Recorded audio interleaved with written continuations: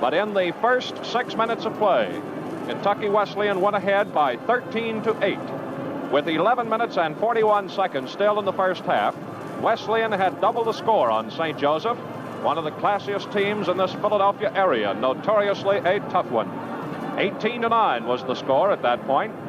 And when Kelly Coleman picked up his 6th point of the game, we had played 9 minutes and 45 seconds, and Wesleyan was ahead 18-11 at that point. With 8 minutes, 36 seconds to go, Wesleyan had the lead at 6 points, a score of 20-14. Wesleyan went ahead by 22-15. At that time, 6 minutes and 54 seconds remained to play in the first half. Wesleyan ahead by 7 points, and then the roof fell in. Wesleyan was outscored by 15-0. And then, until the point of the second half, when 13:28 remained, St. Joseph outscored Wesleyan 42-10. At that one stretch, when Wesleyan had the lead, 22-15. There were 6 minutes, 34 seconds in the first half, and St. Joseph outscored them 42-10 before Wesleyan could get the rhythm of another drive going. With 5:24 to go, a technical was called on the St. Joseph coach for coming out on the floor, and that was after a field goal. It put St. Joseph ahead at 23-22. Then St. Joseph broke through the Wesleyan defense for a series of 4 straight dead crip shots and went on top by a score of 28-22 with 4 minutes in the first half. It was 30-24 with 2.5 minutes to go as the teams exchanged field goals. Then with 1:15 to play, it was 34-24, and with 22 seconds to go, it was 36-28. And that was the halftime score, as Kelly Coleman was able to register only 8 points in the first half of play. Kelly did not score a point in the second half until after 4 minutes had elapsed, and that his 9th point with the score 46-32 as St. Joseph went ahead. Then the Hawks went ahead with 14:20 to play at 52-32 as they built their margin then to 20 points. 13:28 on the clock when the score was 57-32, and that was the spot that St. Joseph had outscored them by a margin of 42-10. 11:35 to go. St. Joseph was on top 63-37. Then Kelly Coleman was out of the game for 4 minutes and 24 seconds. Kelly came in to hit his 11th point of the game and cut the St. Joseph lead to 20 points, 67-47, and there were 9 minutes to go. When in the next 2 minutes, 20 seconds, Coleman got another field goal, and the score was 72-49. 6:10 remained when Coleman picked up another field goal, and it was 72-53. With 3.5 minutes to go, Kelly got his 19th point and cut the St. Joseph lead to 14 points at 76-62. Then with 3 minutes to go, it was 78-63 with Coleman holding 22 points. With 2 minutes, 11 seconds to go, it was 79-69 and Coleman held 25 points. With 1 minute, 34 seconds to go, Wesleyan made the lunge, coming with 8 points at 79-71, and Coleman had 27 points. Then they battled down to a final score of 81-75. St. Joseph the winner on this first invasion of the East by Kentucky Wesleyan. The Panthers played in Washington 2 nights ago, and in a losing effort there to Georgetown. Now losing here, and they will depart from here tomorrow by automobiles and drive to Olean, New York, and will be in action there the first day of next week. So that is the scoring highlight and summary of the ball game just concluded, the first of a doubleheader here at the Palestra on the campus of the University of Pennsylvania, and we have a crowd of about right at 9,000 on hand to see this ball game tonight. Another match between Kentucky and Temple. The Owls of Temple have over the past several years been one of the powers of the East. Last year, they posted a record of 27 victories in their 30 games, and of their 3 losses, 2 were handed by Kentucky. Of course, few will ever forget that heard or saw the game at Stall Field, or rather Memorial Coliseum, last December the 7th, when in 3 overtime periods, Kentucky won 85-83. It'll be a year ago tomorrow that game was played. And on March 21st at Louisville, Kentucky took a 1-point victory by 61-60, and it was Vernon Hatton's sensational shot that clinched and won both games for the Kentucky Wildcats. These two teams first met on the hardwood in 1944 when they played a 1-point game. Most of the games through this series have been close, with very few exceptions. In the 13 games, Kentucky has won 10, and Temple has posted 3 wins. In the era of Kentucky's famous Fabulous Five of Olympic fame, Temple was one of only 2 college teams to beat the Fabulous Five. Temple defeated them here in Philadelphia by 1 point. Notre Dame, by the way, was the other college team. Of course, the big spark plug of last year's great Temple team, Guy Rodgers, has departed, and we saw him here in the crowd tonight. Guy is the property of the Philadelphia Warriors here in Philly right now. But Pickles Kennedy is back this year, and he's the backbone of it, a 20-year-old junior. Kennedy has come up as a junior to replace Guy Rodgers, just the same as Guy Rodgers did 3 years ago, come up to replace King Lear, who had directed a very tough Temple basketball team. Today we were talking with Adolph Rupp, and he has been receiving congratulations from throughout the Philadelphia area for the fine article which he wrote for Sports Illustrated. And Rupp made a few comments here this morning at the Palestra when the Kentucky Wildcats were working out at 10 o'clock that we think you might be interested in hearing. He said in a very matter-of-fact way that he hopes these kids do not get beat on this trip, because he thinks if they can get back to Kentucky without a loss, they will be pretty well up for the rest of their schedule. That he seems to think at the moment what this young team needs is confidence more than anything else. Perhaps the same would apply to Harry Litwack's Owls. As Coach Rupp said this morning, he believes this current Kentucky team will rip somebody apart this season. He doesn't know who, he doesn't know when, but he is talking with a keen glint in his eye when he stops to think of a year or two in the future when these boys are seniors. Harry Litwack, the Temple coach, has been at the helm of the Owls for a 6-year period and has posted one of the outstanding records of the country in the 6 years, 118 victories to 48 losses. Of course, Litwack owns a distinction of having beaten Kentucky, and it came in the second game of the 1955 season at Memorial Coliseum, 73-61. Adolph Rupp, as we mentioned Monday night in the opening game, has never lost an opening game. And only twice or 3 times in his career has he been defeated in his second game of the season. And only once in the last 17 years has Adolph Rupp lost his second game of the season. That was to Harry Litwack, 73-61 at Memorial Coliseum in Lexington. Well, the official scoring summary on this Kentucky Wesleyan game is now in, and here it is. For Kentucky Wesleyan, Kelly Coleman had the total, as we told you, of 29 points. He had 23 shots and got 8 field goals, as his shooting percentage dropped way off. On the free throw line, Coleman had 13 for 21. He picked up 12 rebounds and led Wesleyan in that department.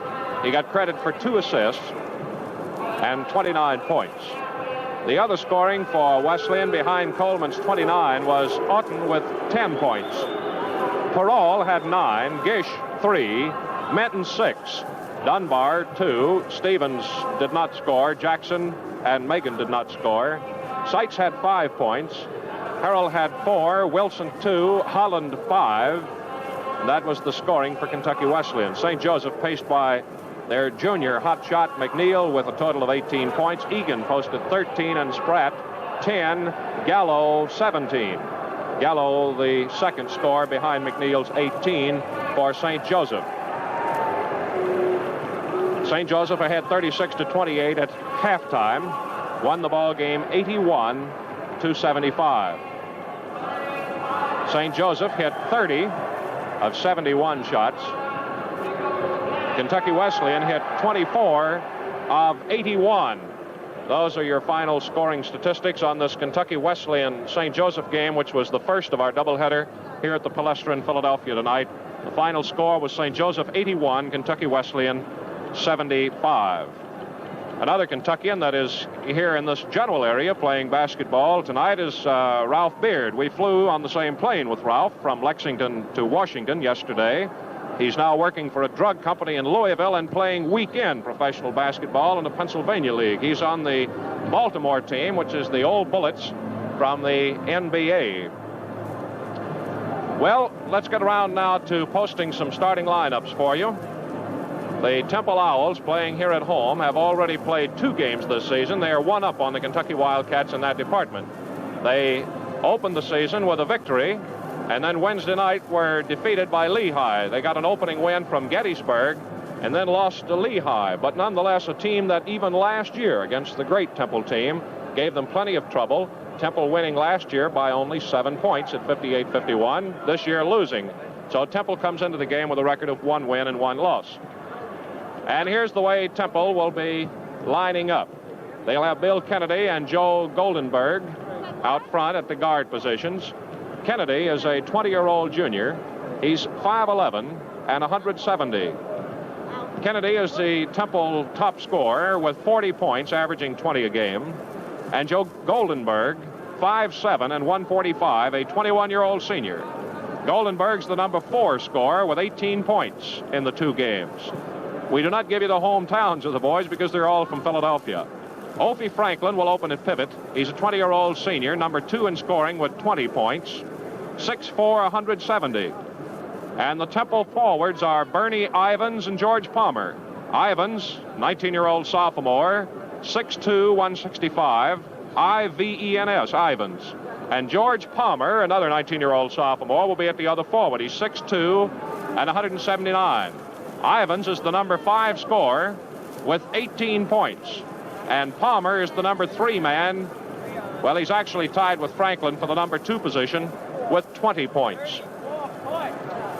The Kentucky Wildcats are making a change in their lineup for this game tonight, their second of the season. And as Coach Rupp remarked this morning at practice, it should shake the folks up back home. And we believe perhaps it will. Because moving into a starting guard position is Benny Kaufman, and the other guard will be Dick Parsons. Neither of them were in the opening lineup at the Coliseum Monday night. Now, Benny Kaufman, who scored 6 points against Florida State, is a 21-year-old junior from Huntington, West Virginia. He's 6 feet tall and 173 pounds. He's one of 2 junior college imports who are performing for the Wildcats this year. He spent his 2 years at Lindsey Wilson in Columbia, where he was accorded the only honorable mention when the junior college All-American selections for last season were announced. Kaufman stood out as one of the nation's best in junior college ranks. He led Lindsey Wilson in scoring and ranked 9th in the nation in final tabulations. He had 564 points in Lindsey Wilson's 22 games for an average of 25-6. He is the first Kentucky junior college player to receive a Cage grant in aid from Kentucky since World War II. He posted a 2-year total of 1,119 points in 54 games at Lindsey Wilson for a 20.7 average. And he joins that select group of Kentucky who only has seen 3 junior college transfers ever don a Wildcat uniform prior to this season. He's a former star at Vinson High School in Huntington, West Virginia. He was born, though, in Lexington, and his father graduated from UK. He played both forward and guard in high school and was named on the second-team All-State as a schoolboy senior.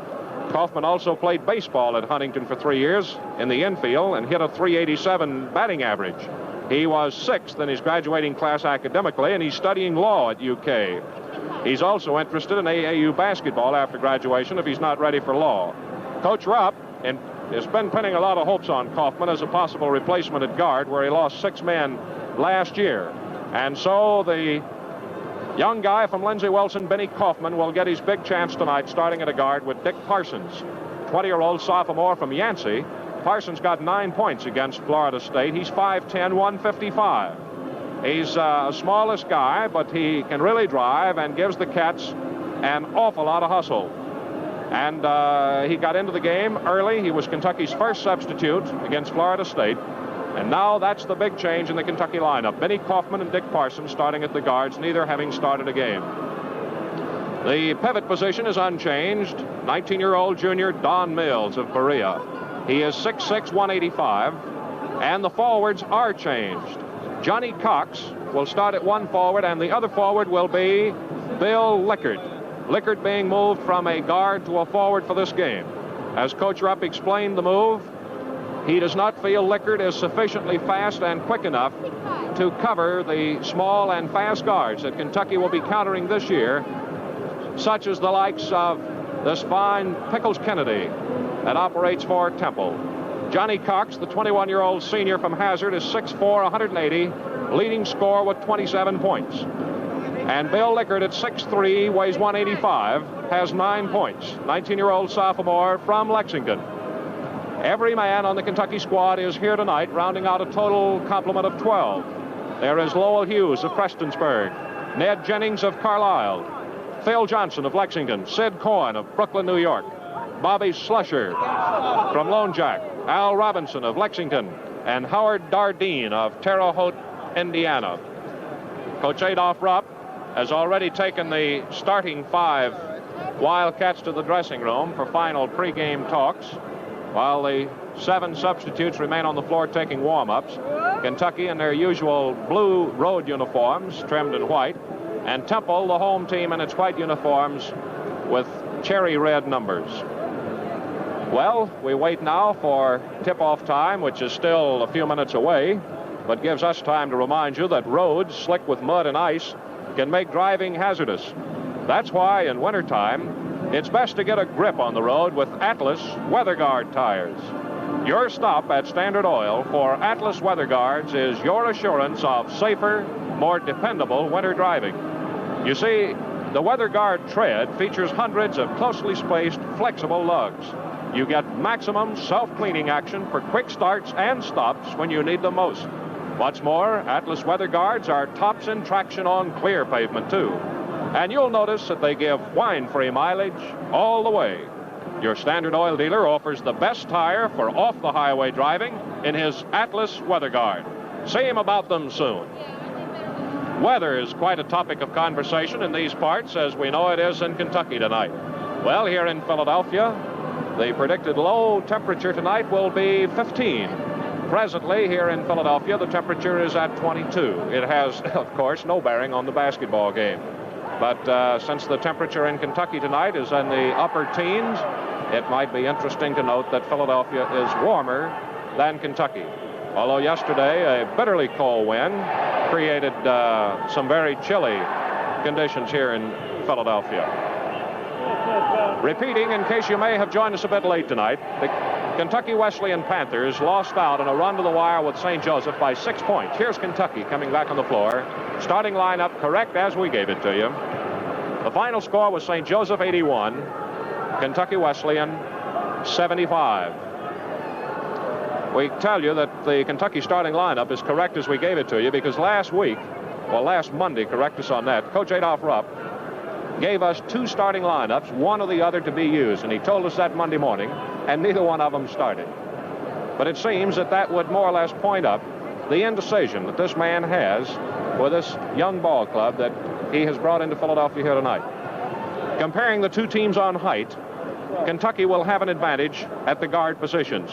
Dick Parsons will be 3 inches taller than Goldenberg of Temple, and Kaufman will be 1 inch taller than Kennedy. In the pivot, Kentucky will have an additional 2 inches of height advantage. And at the all-important forward positions, Johnny Cox will have 2 inches and Lickard 1 inch. So it's not any tremendous height advantage, but there is an all-round, out front and on the baseline height advantage for the Kentucky Wildcats here tonight.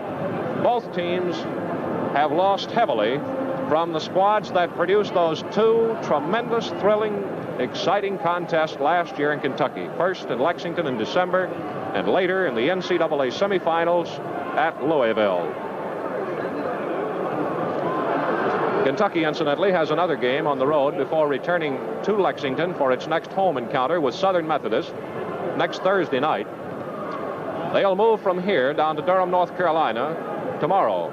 And broadcast time over these same Standard Oil stations will be 8 o'clock Eastern Standard Time from Durham, North Carolina, Monday night. Kentucky plays Duke at the indoor stadium in Durham, a spot where 2 years ago they were upset. Well, as you stand by now for the meeting of the captains on this ball game, let's take 10 seconds for station identification. This is the Standard Oil Sports Network. You're listening to the all-new WVLK, the station with fruit flavors.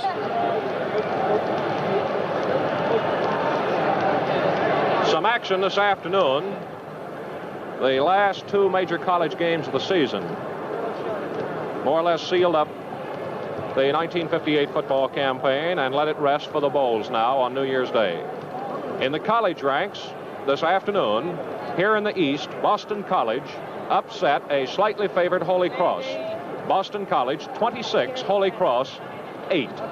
And down at Miami today, the Hurricanes picked up a safety to beat Oregon. The final score was Miami 2, Oregon nothing.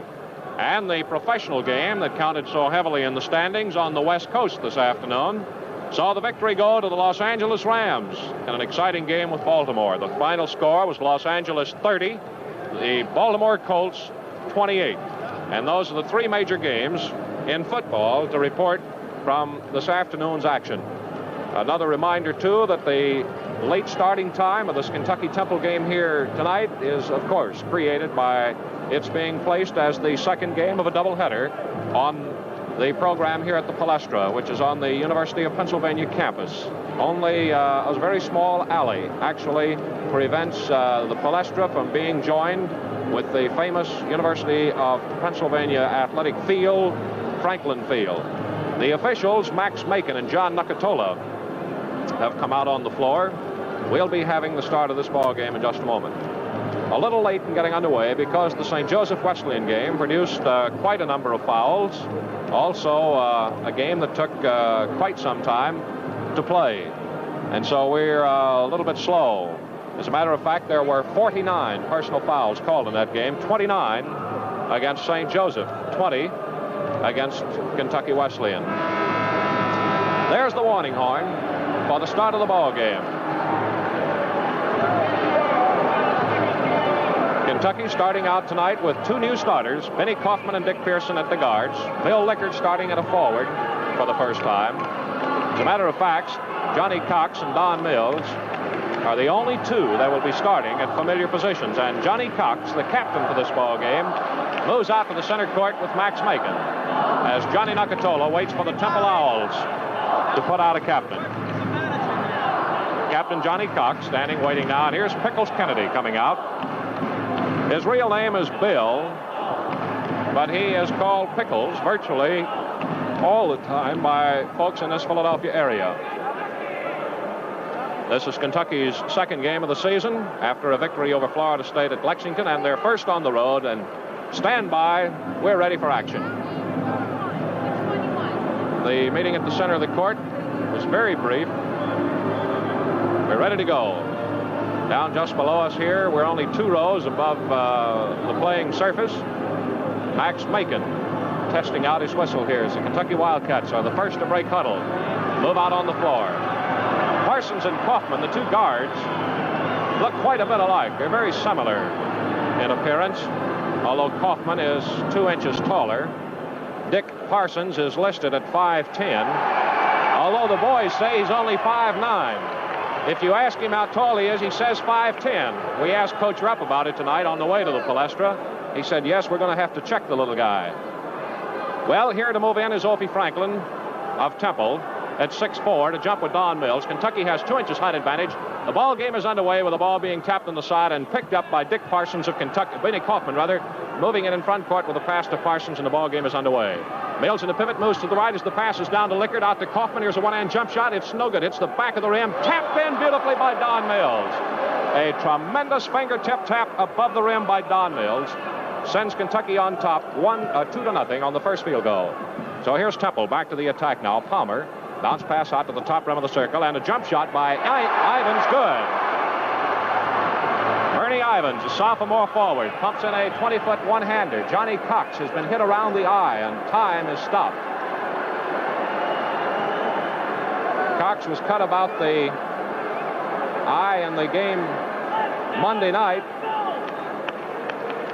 and now the game has been stopped here in the first seconds of play because of an eye injury to Cox here. This time it's the right eye. Cox over at the Kentucky bench, being looked at by Coach Adolph Rupp as Harry Lancaster takes the opportunity to talk over with Dickie Parsons and Bill Lickard some of the play that's gone on here. Kentucky's first trip down the court saw 6'6" Don Mills tap in a shot missed by Benny Kaufman.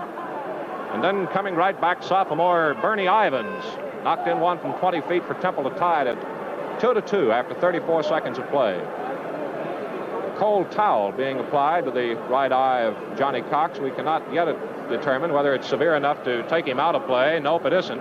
He's coming back to action. We're guessing at a crowd of 9,000 here in the Palestra tonight, within about 200 of capacity. Dicky Parsons of Kentucky is out of bounds under the Temple basket, passes into Kaufman, and that name incidentally is spelled Coffman. Here it is to Cox on the left side, back to Kaufman, flips her back to Cox, out deep now to Lickard, who's come outside. He gives over to Dicky Parsons, into pivot to Don Mills, back to Parsons, moving to the baseline, the right corner, hooks to Cox, the hook shot, no good, tapped in again by Mills. Almost identical with the first. On the left side of the basket, Mills catching it coming off, sends Kentucky ahead by 4-2. Kennedy moving over the center court stripe, calls his play for Temple. Flips one off on the side that Goldenberg gives back to Kennedy. Breaks away from Parsons to the free throw line. Double team. Gives over. Here's a one-hander up. Short off the rim. No good by Goldenberg. Rebounding is Bill Lickard of Kentucky. Comes rolling out of there on the fast break. Franklin goes for him. He pulls up in the top rim of the circle. Gives to Cox. Moves to the left. Flips over on the side to Kaufman. The jump shot no good. Tapped up and in again by Mills. That one he actually knocked out of the hands of Opie Franklin. Don Mills has tapped one in for Kentucky on every trip down court for a 6-2 Wildcat advantage. Up in the front court now. Pickles Kennedy breaks to the right, gets away from Parsons, and a foul on Parsons trying to pick him up. That's the first foul of the ball game. Goes on 5'10" Dick Parsons of Kentucky. Comes after 1:38 seconds of play. And Kennedy is on the free throw line for one try. Temple pulling two men back in safety. Goldenberg playing back there along with Ivins. The shot by Kennedy is no good. Rebounding. Palmer turns from 10 feet and hits. George Palmer with his first field goal for the Owls makes it a 6-4 ball game. Now we have Benny Kaufman back in front court with a pass to Lickard on the right side and back to Kaufman, out to Cox. 20-foot jump shot. No good. Cox hits the floor. Comes up with it. Kennedy takes it off for Temple. He's got a 3-3 break. Gives over to the left to Palmer. Laid it in, driving from the left side. George Palmer's second field goal. Ties it up at 6-6. Palmer, the sophomore forward of Temple, ties her up on two straight field goals. Break for the basket. Beautiful driving one-handed shot by Dick Parsons. Parsons' first field goal, driving off the left side, puts Kentucky back on top. It's 8-6. Kennedy in front court to Goldenberg, down the left side to Palmer, brings it to the free throw line, down the middle, shoots no good, but a foul on Kentucky. Don Mills draws personal foul number 1. Parsons and Mills of Kentucky have committed the only two personals in the ballgame so far. And 6'2" George Palmer of Temple, a Negro boy, goes to the free throw line for the Owls. Plays in Oxford-style shoes. The shot, good. He gets another one, fouled in the act of shooting. A very lean and loose 6'2", George Palmer. Chance to tie up this 8-7 ball game. Here's the shot, good. So that's 6 straight points by Palmer, and it's an 8-8 ball game as Parsons in front court drives right, gives in there to Benny Kaufman, back outside to Lickard, who takes it to the left side and passes deep to Parsons. Parsons setting it up now, passing over to Kaufman. Mills moves in. Kaufman moves down the right side to the baseline, passes out to Parsons, deep to Lickard. He moves to the left side, gets a screen from 15 feet. He missed it. Cox slaps it straight up in the air, no good. Mills rebounds outside, and a set shot by Parsons, short, off the rim, on the floor, picked up by Mills. Off the right to Kaufman, he drives and is fouled as he takes his jump shot. Foul goes on Temple's number 10, Bernie Ivins. That's the first foul on the Owls, and Temple takes the first time out in the game. Clock still showing we've played only 3 minutes and 1 second. So the score is 8-8 as we get ready for Kentucky's first free throws. Don Mills owns 3 field goals and Dick Parsons 1. For Temple, Bernie Ivins tied it up at 2-2 with a field goal. And then Kentucky made a spurt on 2 more taps by Don Mills. We have seen George Palmer come back with 2 field goals and 2 free throws to tie it up at 8-8. All the Temple scoring has been done by the sophomore forwards. They have all 8 of the points. Temple, which called the timeout, is ready to go. So the warning horn sounds for Kentucky to report to the free throw line. Don't forget, we'll be back with you 1 hour, 15 minutes earlier over these same Standard Oil stations Monday night from Durham, North Carolina. 8 o'clock Eastern Standard Time for Kentucky and Duke. Benny Kaufman is on the Kentucky free throw line. Scoreless. Shooting no good. And he has another one coming. Kaufman's shot was short of the basket. Kaufman, a one-hand shooter, hits the second one. And Kentucky again goes in front at 9-8. Pickles Kennedy moves the Owls back to the attack as he moves over the 10-second line. Comes down the middle and from the free throw line hits. Pickles Kennedy with his first field goal gives Temple the first lead of the night. 10-9 on the free throw line jump shot. Up in the front court now, Dickie Parsons of Kentucky. Down the right to Lickert, back to Parsons. Outside to Cox off a double screen from 20 feet. Good with a one-hand jump shot. Johnny Cox first field goal puts Kentucky in front 11-10. Kennedy back in front court for the Owls. Down the right side to Palmer. Takes a return deep and to the right. Passes to Opie Franklin from the free throw line. Good. Franklin's first field goal sends Temple back ahead 12-11 as both clubs hit well. Back in front court, Parsons of Kentucky lobs high to Mills on the pivot. Back to Kaufman, wide open, and he missed it. Benny Kaufman missing a dead trip shot. Kennedy gets it off for Temple, drives by Parsons, goes all the way. Good, and a foul on Lickert of Kentucky. Bill Lickert's first personal foul is the third on Kentucky. Kennedy's second field goal has put the Owls on top 14-11. Now one free throw to Kennedy, who is 0 for 1. Well, the missed grip shot by Benny Kaufman has put Kentucky in the three-point hole, which could be 4 now. As Kennedy, a blonde-haired speedster at 5'11", pumps it up good. Temple moves ahead, 15-11 after 4 minutes. In front court, rapidly Parsons breaking to the right side, goes all the way to the baseline, passes out to Benny Kaufman. Kaufman back over to Parsons, looks in the pivot, gives to Mills, double teamed. He takes a hook over Franklin. It's good, but nullified. Mills walked with it, and Temple's got it out of bounds. So twice in a row, Kentucky doesn't score. Here's Kennedy driving from 10 feet. He missed it. Rebounding, Bill Lickert of Kentucky. Whips to the dividing line to Kaufman, who loses the ball, but hangs on before he goes out of bounds. Fires are over now to Dickie Parsons. Down the right side and pivot to Mills, and he's fouled from the rear by George Palmer. That's first foul on Palmer and the second on the Owls. Don Mills, the leading scorer for Kentucky, is on the line for one shot.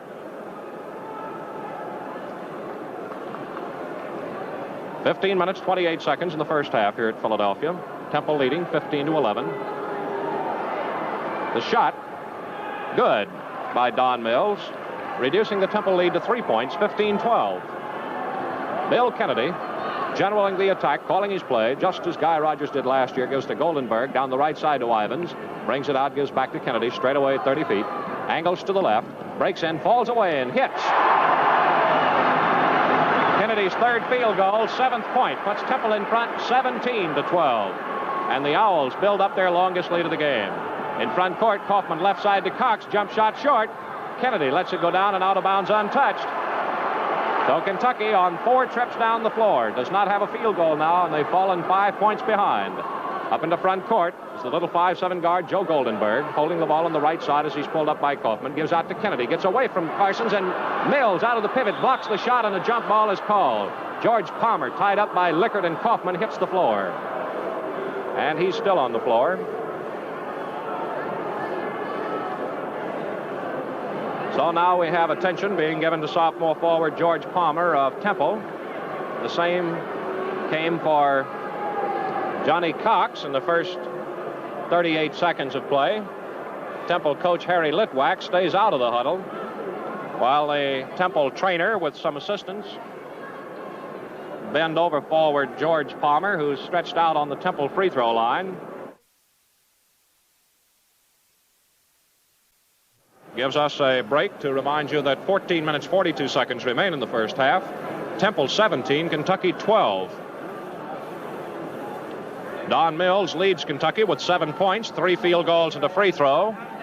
Dick Parsons 2 points on a field goal. Johnny Cox 2 points on a field goal. Benny Kaufman 2 points on a free throw. Right now the hand is for Palmer, who's up on his feet. Temple scoring Bill Kennedy, the captain, has 7 points, 3 field goals and a free throw. George Palmer has 6 points, 2 field goals, 2 free throws. Bernie Ivans, 2 points and a field goal. And Opie Franklin, 2 points and a field goal. We're going to get a change, we think, for George Palmer, but let's hold on to see.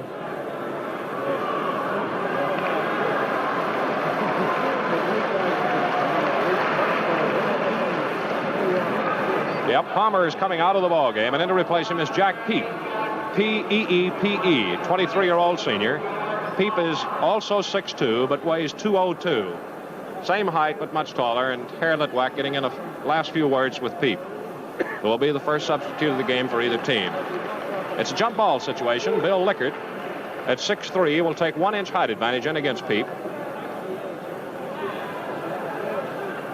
Now Lickert is waved out of there, and Kaufman is brought in, giving Temple 2 inches at their own free throw line, but the tap goes to Lickert. He clears it, moves up into front court for the Wildcats down the right side. Open on the right, but doesn't shoot. Out to Kaufman, dropped it off his head, picks it up, gives over to Parsons. Takes a 30-foot set shot, good. Dick Parsons hitting from the deep front court with his second field goal. Makes it a 17-14 ball game. Temple with a 3-point edge. Kennedy in front court, picked up by Parsons, who's having a lot of trouble handling this speed merchant. Over to Goldenberg. Out deep to Kennedy, angling to the right with a pass on the side to Ivans. Back to Kennedy. Jump shot, no good from 20 feet. Franklin taps, no good. Mills rebounds. Whips it out quickly to Parsons, moving in front court. Down the left side to Cox, who is fouled as he breaks for the basket. And across the arms foul by Kennedy of Temple, his first one. Temple has drawn 3 personals. Each team has drawn 3. No one has 2 personals on them yet. Johnny Cox on the line for 2 shots for Kentucky. His first appearance at the free throw line. Cox first try, good. And Kentucky moves now within 2 points.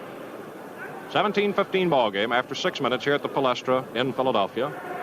Cox with a 2-hand free throw from between the knees, hits again. And Kentucky behind 17-12, moves within 1 at 17-16. Kennedy to Joe Goldenberg in front court. Down the left side to Jack Peep, knocked away by Lickert, but he picks it up on the quick bounce. Outside to Kennedy, gives off to Goldenberg. Down the left side again to Peep. Looking at Franklin, playing out on a free throw line high pivot. Fakes to Kennedy, hands back to him deep now as Parsons loosens up on him. Down the left side this time, it comes to Ivans and back to Kennedy. Breaks out into the 3-second zone behind his back to Franklin. Wide open, he missed the shot. Rebounding Mills, knocked away from him by Franklin and out of bounds to Kentucky. So Temple, for one of the rare occasions here in the first 6.5 minutes of play, fails to score, giving Kentucky a chance to get back up on top in this 17-16 game. Here's a break for the baseline by Parsons. Turns, gives off to Kaufman. He takes it to the baseline, gives to Cox in the corner. Jump shot, no good, off the rim to Mills. Against Franklin, he goes under the basket, and a foul is called on Franklin of Temple, pushing in with a body. For Opie Franklin, personal foul number 1. That is number 4 on the Owls. Number 53, Don Mills.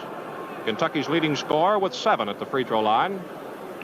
Shooting 1, 13 minutes, 11 seconds. We're in the first half here at Philadelphia. Mills on the free throw line, feet close together, pounding the ball into the floor at the moment with Parsons and Kaufman backed up deep to either side. The free throw, good. And Kentucky ties it up 17 all, outscoring Temple 5-0 after falling behind 17-12. Kennedy in front court to Goldenberg, takes a return, then to Peep and a return. On the left side, still out about 25 feet. He moves to the right. Kaufman picks him up and drives him out deep. Kennedy starts to the left, dribbled the ball off his knees, and with about 2 inches of the dividing line before he recovered. Over to Goldenberg, staying deep with it. On the left side, Lickert knocked it away from Ivans out of bounds.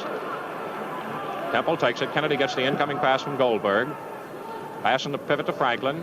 1 bounce dribble outside to Goldenberg. Dropped off his hand over behind his back, but he picked it up. Drives. Kaufman cut him off. Gives over to Ivans. Breaks on Lickert to the baseline. Throws it back out to Goldenberg. Now deep to Peep. Outside to Kennedy. 12.5 minutes to go. We're in the first half. Kennedy from 20 feet hits. Bill Kennedy, the Temple captain, becomes the leading scorer in the game with 9 points.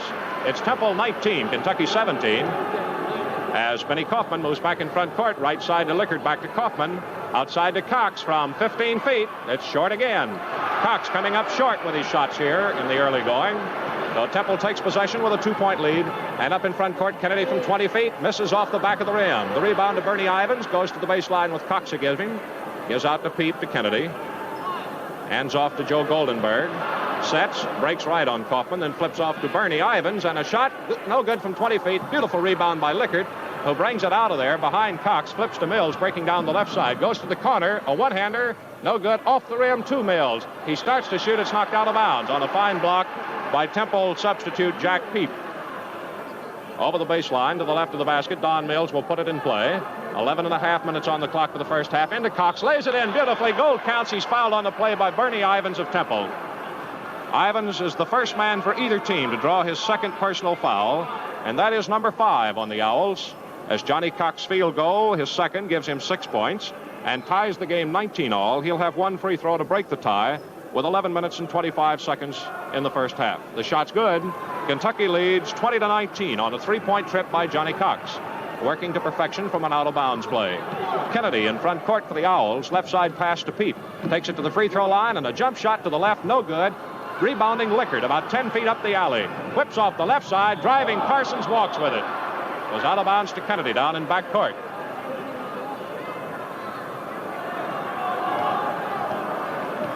Back in front court now, Kennedy faking left, bobbing out front, does not go inside this time, gives to Goldenberg. Quick 25-foot set, no good. Off the rim with it, Johnny Cox of Kentucky. Walking is called against him as he lost his balance in the crowded area under the Temple basket, unable to get it down for a dribble. Kentucky 20, Temple 19 as Kennedy is out of bounds. Bounce into the left corner to Goldenberg. Slipped away from everybody, got wide open to lay it in. Joe Goldenberg, as Kentucky guards, Parsons and Kaufman did not switch on him. They both went for Kennedy, and it's 21-20 in favor of Temple. Up in front court, a high pass goes from Parsons into Mills on the pivot. Outside to Cox. One bounce dribble. Here's the jump shot by Cox. No good again. Cox unable to hit, and here's a pushing foul. Pushing on Opie Franklin of Temple. His second personal foul. That's 6 personals on Temple now. The bonus does not apply this time, as Don Mills, Kentucky's top scorer with 8 points, goes to the free throw line for one try. Chance to tie up this 21-20 game. 10 minutes, 20 seconds in the first half here at Philadelphia. Mills' shot is good, and the score stands 21-all. Kennedy walking up the backcourt, looks off his left side toward the Temple bench, then whips to Goldenberg in front court, out deep, moving to the left. The ball knocked back by Kaufman, but picked up by Goldenberg, fed to Franklin on a deep pivot, threw it behind Kennedy's back, but he picked it up before Cox and Kaufman and Parsons could get to it. Here's Kennedy driving, and a foul on Dick Parsons of Kentucky. So Parsons is the first Wildcat to draw his second personal. That's 4 on the Wildcats, and timeout Kentucky. Each team has called timeout one time in these first 10 minutes of play, with a score, Kentucky 21, Temple 21. And Standard Oil dealers throughout Kentucky hope you're enjoying this game between Kentucky and Temple. Bringing it to you is one way they can say thank you for your patronage throughout the year. And they invite you to be with us over these same stations at 8 o'clock Eastern Standard Time, Monday night, when we'll be broadcasting from Durham, North Carolina. Kentucky and Duke is game number 3 on the season card. The scoring so far for Kentucky, Don Mills leads with 9 points. Johnny Cox has 7. Parsons 4 and Kaufman 1. Lickard is scoreless. For Temple, the top man is Kennedy with 9 points. 6 points for Palmer. He got them consecutively in the first 5 minutes. Ivans has 2, Franklin 2, Goldenberg 2. As it stands tied up, Kennedy has a chance to quickly break it on the Temple free throw line. He has hit 1 for 2. As a matter of fact, each team has missed only 1 free throw. Temple has the edge, though, 9-7 on field goals. Kentucky has tied it up on the free throw line so far, of 6 Temple fouls. Here's Kennedy ready to go as we go back to action. 21-all the score, and Kennedy's free throw makes it 22-21 in favor of the Owls. Nicky Parsons of Carlin quickly back in front court, gives to Lickard deep to the right side. Invited to shoot, he does, and misses. Mills taps it in. Don Mills, who has now tapped in 4 field goals, puts Kentucky in front 23-22. That's 11 points for Mills. All field goals tap-ins. He ties Kennedy in field goal production. Kennedy in front court for Temple. Looks at Jack Peep coming deep, waves him back to the forward position on the left side. Calls his play, flips to Ivans, takes a return. Peep comes across. Kennedy gives, though, to Franklin. Back to Kennedy, breaking to the left. He can't get clear of Parsons, or Kaufman, rather, who switched over on Kennedy now. Then moving to the right, Goldenberg. Kennedy moves in, fakes. Kaufman right up on his back. That's the first foul on Benny Kaufman of Kentucky. This Kennedy is really a horse. Tough to handle. 6 feet. Archek is 5'11", and really moves quickly. So now Kentucky has drawn 5 of the 11 personal fouls called in this game, and Kennedy, a chance to tie, stands in on the Owl free throw line with 9 minutes, 18 seconds in the first half. The shot's good. And the score is 23-all. Parsons back for Kentucky. Gets by Kennedy. Then over to Cox. Jump shot in and around the rim. No good. Fighting Lickert's got it. Outside to Kaufman from 10 feet. He misses. Lickert taps. No good. Mills taps. No good. Mills taps. No good. And Kaufman rebounding throws it off the chest of Franklin beautifully into the crowd. So the Cats will take it off the deep right corner of the offensive court as we get ready now to move into the last 9 minutes of the first half. 23-23. In a smoothly played game. Here's Mills out of bounds, passing deep to Kaufman. Actually rolled over his head, but he picked it up. Brings it back to set Kentucky up, overloading to the left. He takes it down the weak side, looks at Mills, passes deep to Parsons. Parsons, set shot from 25 feet, no good. 3-second violation on Mills, gives the ball to Temple. And the score remains 23-all. Here's Kennedy moving back into front court for the Owls. Dribbles behind his back, pulls up the top of the circle and flips to Ivins. Takes Cox to the 3-second zone, flips to Goldenberg. A head fake, a break to the right, jump shot, no good. Off the rim, Lickert clearing those boards beautifully. Whips in front court to Kaufman. All the way against Kennedy, he got it. Gold counts, foul on Kennedy of Temple. For Pickles Kennedy, personal foul number 2. The field goal on a beautiful drive by Benny Kaufman is his first field goal of the game. He's 1 for 2 at the free throw line as he shoots one with a 25-23 Kentucky lead. 8 minutes, 26 seconds here in the first half. Kaufman's free throw is good, sending the Wildcats ahead 26-23. Gives Kaufman 4 points, by the way. Up in the front court, Kennedy on the right side exchanges a pass with Ivins. Whips to Franklin at the free throw line, breaks left and hooks good.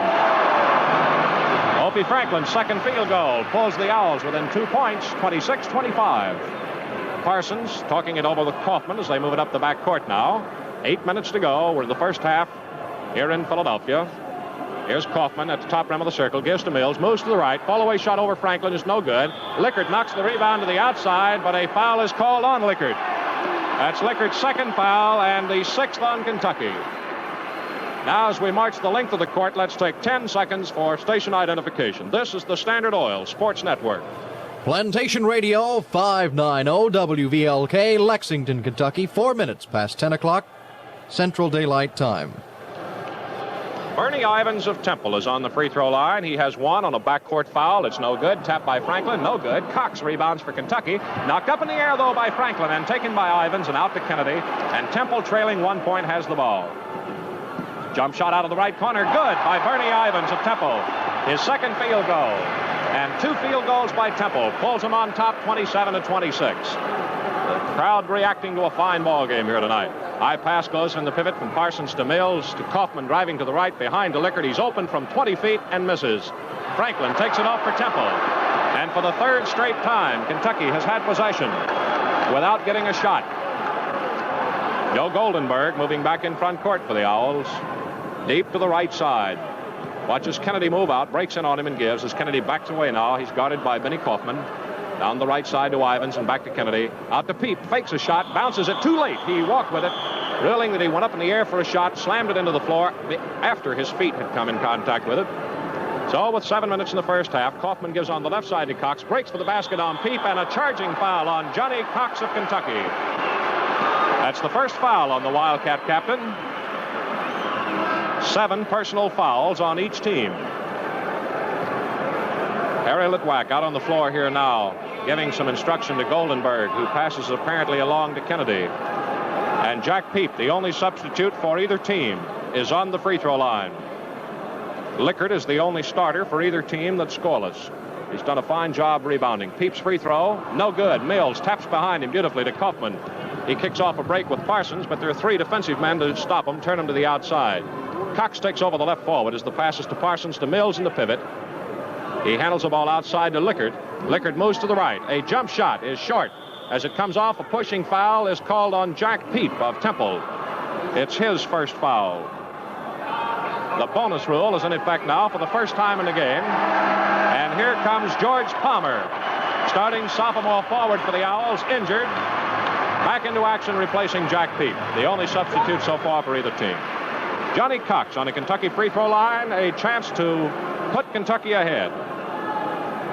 Cox shoots one. The catcher trailing by 1 point. Here's the free throw by Cox, no good, and rebounding Palmer just in the Temple lineup as the Owls get possession and keep their lead 27-26. Kennedy in front court now. Gives over to Goldenberg, bringing it to the left, taking it back to the right, but staying deep. He's against Dick Parsons.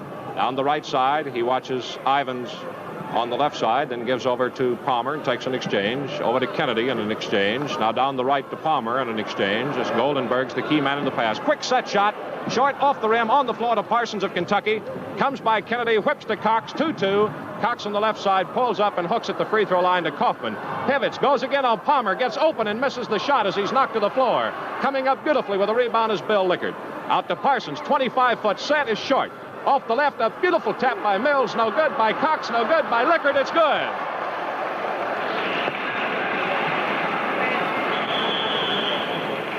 Let's see who the official score will give that one to. As Temple has just called their second timeout. It appeared to us to be Lickard. The official score has apparently made the ruling that it is Bill Lickard of Kentucky. That is his first field goal. He's the fifth Wildcat to score. And 5 minutes, 46 seconds remain for this first half here in Philadelphia.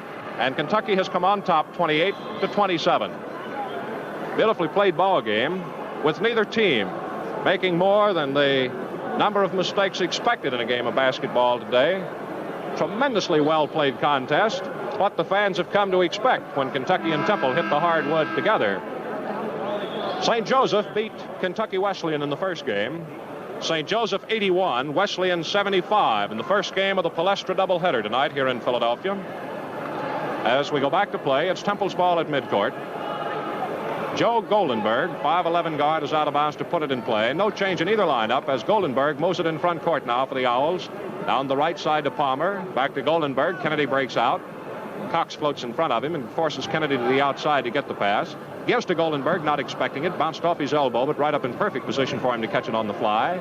He starts down the right side, has Parsons on him. Kaufman's got the difficult job on Kennedy. Here it is to Palmer. Carried the ball. It hit up on his shoulder, and he couldn't quite get it down quickly enough for a dribble. Twice in a row, Temple has lost possession of the ball on walking now. Each time a juggling infraction. Here's Benny Kaufman of Kentucky on the left side to Johnny Cox. Outside to Parsons. He sets, breaks on Kennedy, drives, and the shot's blocked beautifully out of bounds by Opie Franklin, picking up from the rear. The Wildcats have it to the left of the basket over the baseline. 5 minutes in the first half. Kentucky 28, Temple 27. Don Mills has the ball, calls his play. Here's a foul call. Lickard, call for picking off. That is the third foul on Kentucky forward Bill Lickard. No activity on the Kentucky bench. We have not had a substitute from there tonight. Don Mills takes the chance to move in close to the Kentucky bench as we parade now to the Temple free throw line to say something to Coach Adolph Rupp. George Palmer, 6'2" sophomore forward who hit 6 straight points to destroy a 5-point Kentucky lead when the Cats were out in front 8-3, is on that line now. Hadn't missed a free throw. He's 2 for 2. The free throw, good. Ties the ball game 28-all. Here's the first bonus shot. This is the first bonus shot of the game, although it is not the first time the bonus shot has been applicable. The free throw, good. And Temple on a pair of free throws by George Palmer moves ahead 29-28. Dickie Parsons directing the Wildcats back into front court now. These two guards starting their first game. Down the right side to Cox. Back to Kaufman, breaking to the right from 10 feet. He shoots, no good. Beautiful rebound by Cox, no good. By Mills, no good. And out of bounds with a jump. Clock stops at 4 minutes 38 seconds of the first half. Kentucky trailing by 1 point. Franklin jumping with Mills. Kentucky has 2 inches height advantage in their own free throw line. Tap back to Dick Parsons. Off the left side to Lickard. Fakes a return and gives outside to Kaufman. Kaufman moving to the left. Kennedy playing him loosely. Now he moves down the left side. Screened by Cox. No shot. Outside to Parsons. Parsons moves back to the right. Temple leading 29-28. Mills on a high pivot at the free throw line. Gets the high pass from Kaufman, who breaks by. Gets it on the baseline to the right. Lobs a high pass over the head of Mills. Right to Bernie Ivins of Temple. Though Temple's got the ball now with a 1-point lead. Goldenberg in front court. Gives over to Palmer on the left side. Juggles it, but doesn't move. Off to Kennedy. Breaks to the right off the screen. Pulls up, can't get a shot away into the right corner. Pass goes into Ivins. Out here's a break by Palmer. Shot no good. Franklin taps. No good. Ivins tapped it in. Bernie Ivins' third field goal sends Temple ahead 31-28. Parsons back over the center stripe for the Wildcats. Left side pass to Cox with a whistle from the outside. Pushing foul goes against Parsons of Kentucky. That is the third foul on the Wildcats' Dick Parsons. Lickard also has 3. 3 minutes and 40 seconds here in the first half. Kennedy, who's hit 3 out of 4, is on the Temple free throw line.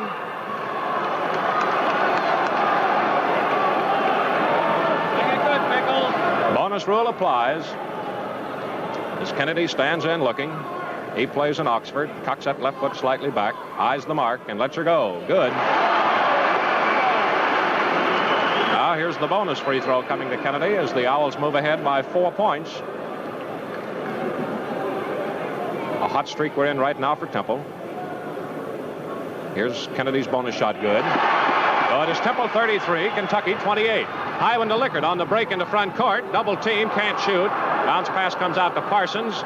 Deep to Kaufman at the top of the circle. He shoots good. Benny Kaufman's second field goal of the game pulls Kentucky within 3, 33-30. Pickles Kennedy moves Temple back to the attack. Gives off to Goldenberg. Down the left side to Palmer with Lickard on him. Palmer passes deep to Goldenberg over to Kennedy. Kennedy from 25 feet misses. Short off the rim. Beautiful tap by Ivins. Rolled off. Franklin knocks the rebound down. And a beautiful try by Ivins. Tried to knock it in off the knees of Parsons out of bounds, and Parsons grabbed it. Over to Kaufman to Parsons in front court. High pivot pass to Mills. Going to the baseline to the left. Comes back with a shot that's no good. He's walking with it. Temple takes it out of bounds. 2 minutes and 50 seconds here in the first half. Goldenberg back in front court. Gives over to Kennedy. Down the left side to Palmer. Back to Kennedy. Got his screen. Mows out. Pivots. Gives to Goldenberg. The shot no good. Off with it. Slapping it out is Ivins. He saw he couldn't handle it beautifully. Slapped to Kennedy in from 15 feet. No good. Off with it. Palmer shoots no good, but he's fouled by Lickard. And that is 4 personal fouls on Lickard. 2.5 minutes to go. We're in the first half here at Philadelphia. Temple leading 33-30.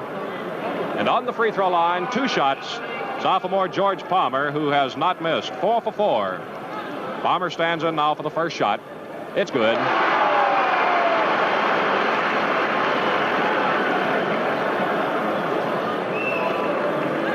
Kentucky has Lickard playing now with 4 personals. Parsons with 3. Here's Palmer shooting. Good again. And the Owls lead by 5. 35-30 again. Up in the front court, Parsons to Kaufman. Breaks to the free throw line. Jump shot. It's good. As Benny Kaufman of Kentucky, starting his first game for the Cats, picks up his 8th point. It's 35-32. Kennedy indicates play number 2 as he crosses midcourt. Passes on the left side to Palmer, facing Lickard, who retreats with 2 head fakes. Then gives over on the left side to Ivins. Out to Kennedy now. Picked up by Kaufman.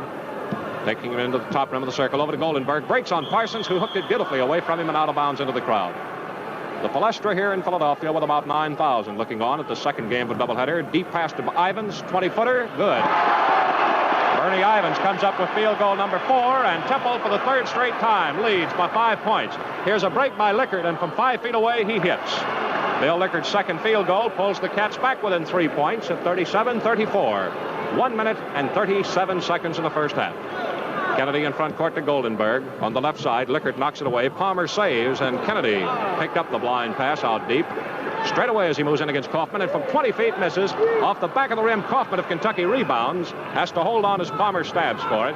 Up in the front court now, setting it up. Passes over to Parsons. Down the right side to Lickard. Breaks out on Palmer to the top rim of the circle. Gives to Cox. Cox moves in, angles to the right. Cox been unable to hit here tonight. Gives to Mills. Here's a hook. No good. Off the rim. Ivins off Temple gets it. 1 minute to go. We're in the first half with Temple ahead, 37-34. Kentucky had an opportunity then to close it down to 1. Kennedy moving into front court, indicating perhaps Temple will take only 1 shot before the contest ends here in the first half. Bernie Ivins out deep. Down the right side now to Goldenberg. He's holding it deep over to Kennedy. So Kennedy obviously has called the signal to hold out for one shot. Deep to Franklin. Hands off to Goldenberg. 35-second show. Temple leading 37-34. They were ahead 33-30 with 2.5 minutes to go. While Kentucky picked up 4, they picked up 4. Now Kennedy yells play number 4, and with 20 seconds they started. Opie Franklin moves out, passes deep to Goldenberg. Then off to Kennedy. He breaks down the middle. The shot's good. Tremendous play by Bill Kennedy. 5th field goal. 8 seconds to go. Parsons in front court to Lickard. Behind by 9 points. Kennedy steals. He breaks for the basket. 2 seconds to go. He shoots. No good. No good. But a foul on Lickard, and that's all of it. Bill Lickard fouls out of the ball game.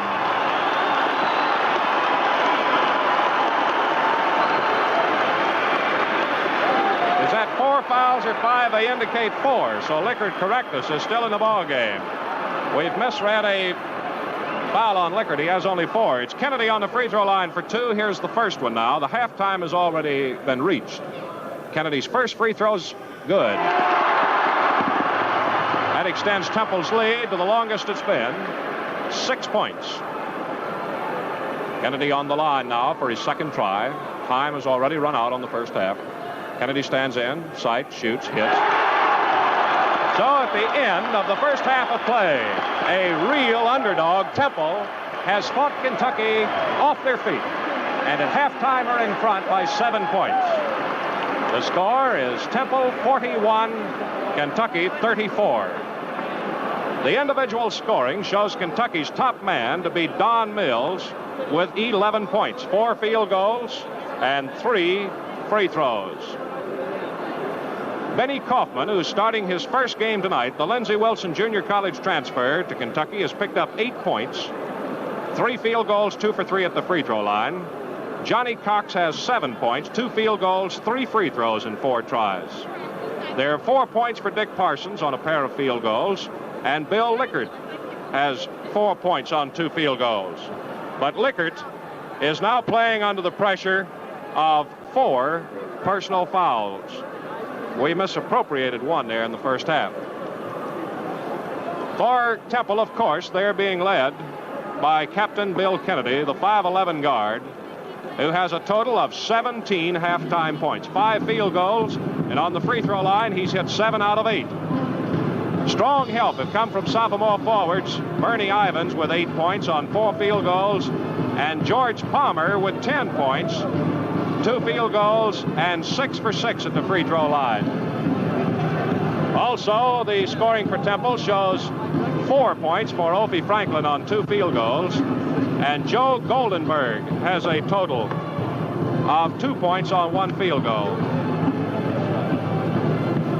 Well, that's the individual scoring. There was only 1 substitute in the first half, and that was 6'2" Jack Peep of Temple, who came in to relieve the injured George Palmer after being injured in a fight for the ball under the Temple basket.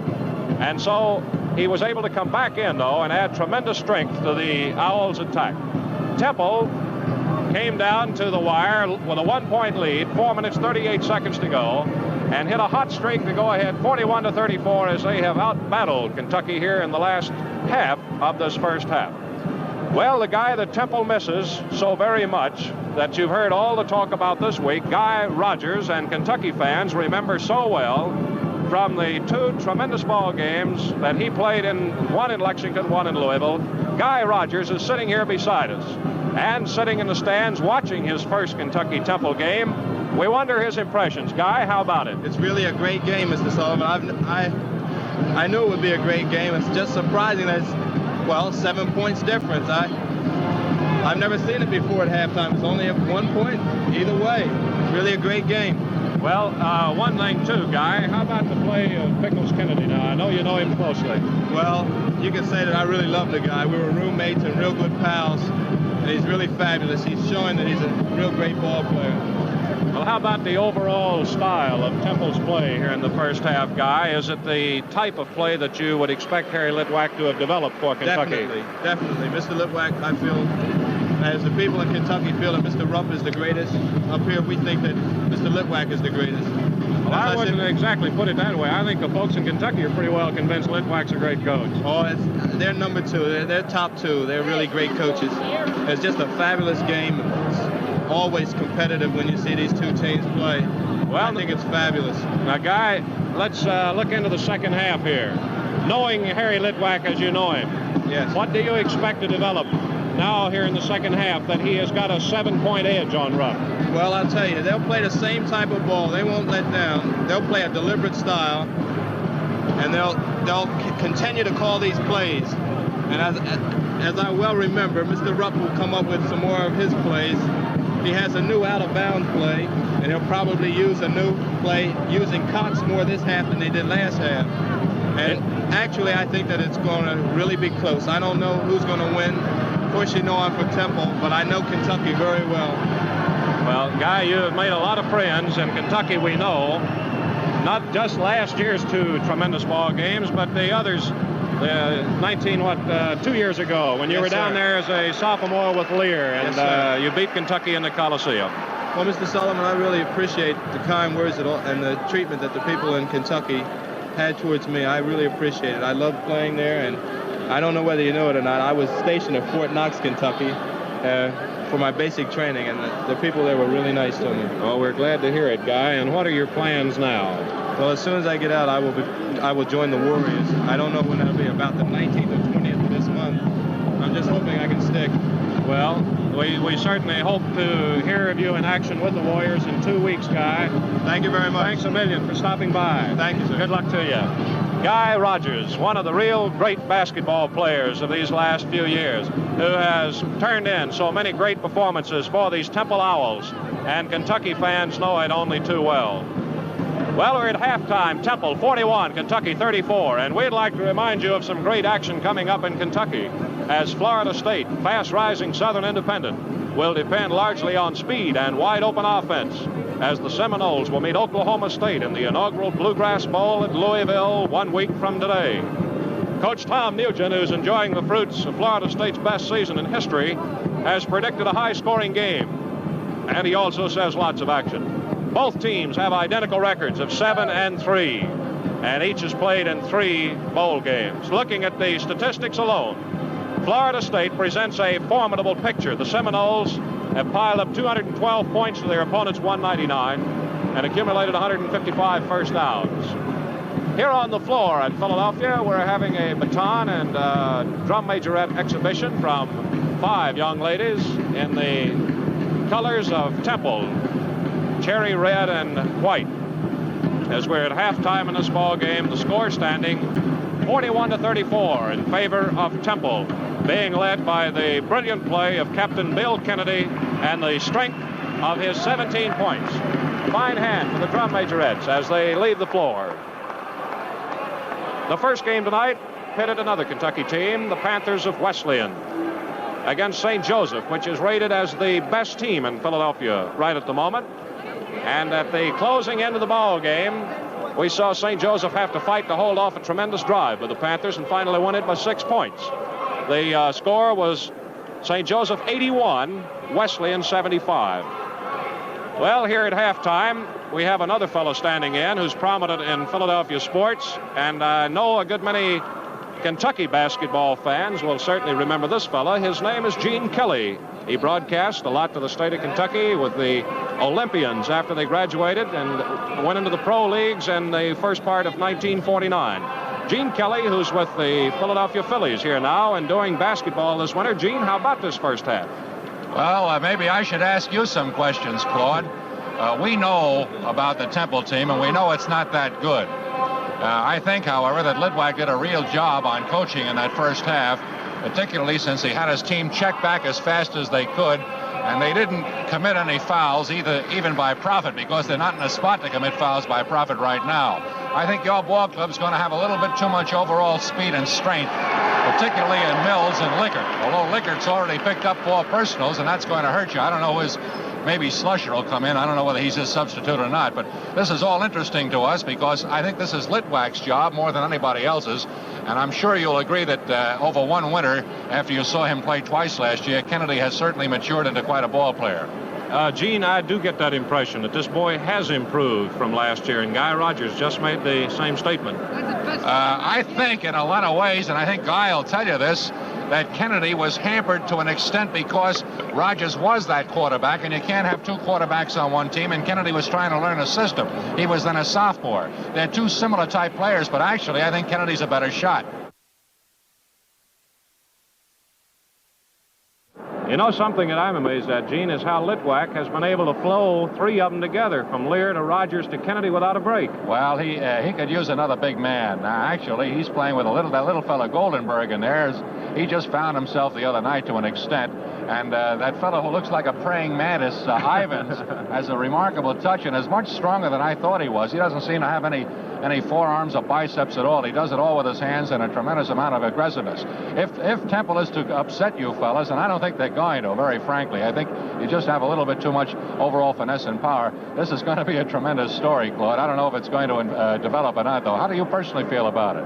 Well, Gene, I think most Kentuckians feel that Kentucky has been rated too high for what they have. They're being rated on the basis of last year's club, which graduated. And here tonight you're seeing two boys that have never started at a guard before, and you're seeing Lickert play a forward for the first time. So the club is really in the experimental stage, just as much perhaps as Temple is. Well, you can't judge a club, even yours, at this stage of the season. You're playing your non-conference games, you're playing on the road, and I think all of this is devised by the Baron. I think he wants his club to get this kind of experience because it's always been such a fantastically good long-haul team, as it proved in the playoffs of the NCAA. When you're beating a Temple club as good as it was last year, and you're beating an Elgin Baylor and teams like that, you realize that this early game experience is what pays off, although I know he doesn't like to lose. No, I think that is, as he has said this week in an article, it's his worst enemy, is defeat and losing.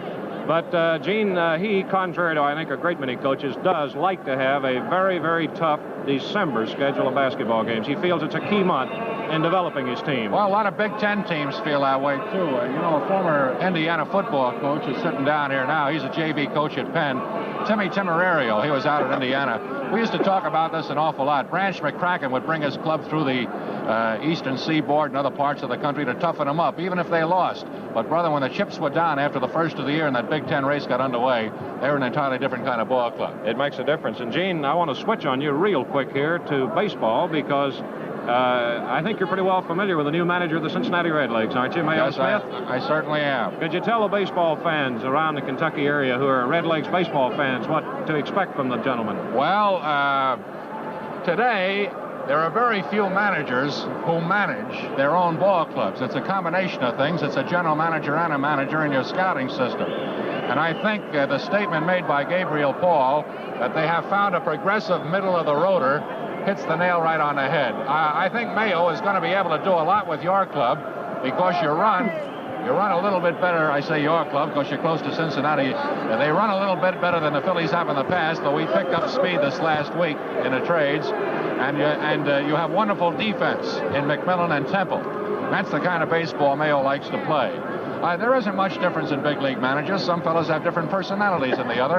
And you can put them all in a barrel, and if they get the horses, they're going to win. Fred Haney had a last-place team with Pittsburgh, but he had a first-place team in Milwaukee. That's right. Jimmy Dykes managed second-division teams for years, but he played managed first-division baseball for Cincinnati. It's a meeting of the minds between the manager and the general manager that eventually makes the effectiveness. And again, you must have the horses, if even they are Kentucky horses. Very true, Gene. Listen, we know you're working here, too, and we'll let you Right, get nice back. to see you, Claude. Say hello to everybody back home. All right, see you later. Certainly will. Gene Kelly from station WIP here in Philadelphia, who is broadcasting this ball game here, too, the voice of the Philadelphia Phillies. One of the biggest guys in sports announcing, as you've heard. Gene, 6'7½", tips the scales, blushingly, he says, at a little better than 250. But he's a whale of a lot of sports announcer. Well, Kentucky and Temple are both back on the floor at halftime here in Philadelphia with a score, Temple 41, Kentucky 34. Now let's take 10 seconds for station identification. This is the Standard Oil Sports Network. Plantation Radio 590 WVLK, Lexington, Kentucky. 20 seconds, 31 minutes past 10 o'clock. Once again, this is Claude Sullivan speaking from the Palestra in Philadelphia. Kentucky on the short end of a 41-34 score at halftime, being led by Don Mills with 11 points compared to the 17 by Temple captain Bill Kennedy. And before the horn blows for the start of the second half, let us remind you the improved Crown Extra gasoline now offered you by your Standard Oil dealer is not only a better gasoline, but a better buy, too. If you haven't already done so, now is the time for you to test drive a tank full of improved Crown Extra. See for yourself why it is the most popular premium in the area where it is sold. Its quick starting and combination of high, outstanding qualities will prove to you that it not only outperforms but outvalues all gasolines in its premium class. See your nearby Standard Oil dealer tomorrow and test drive a tank full of improved Crown Extra. The warning horn has sounded, and back to play we go for the second half. And Temple takes a 7-point, 41-34 advantage on the stout and tremendous play of 5'11" captain Bill Kennedy, who has connected for 17 points. Neither team has come out to the center court, but for the Kentucky Wildcats, a change in the lineup. Bobby Schlusher, a 19-year-old sophomore.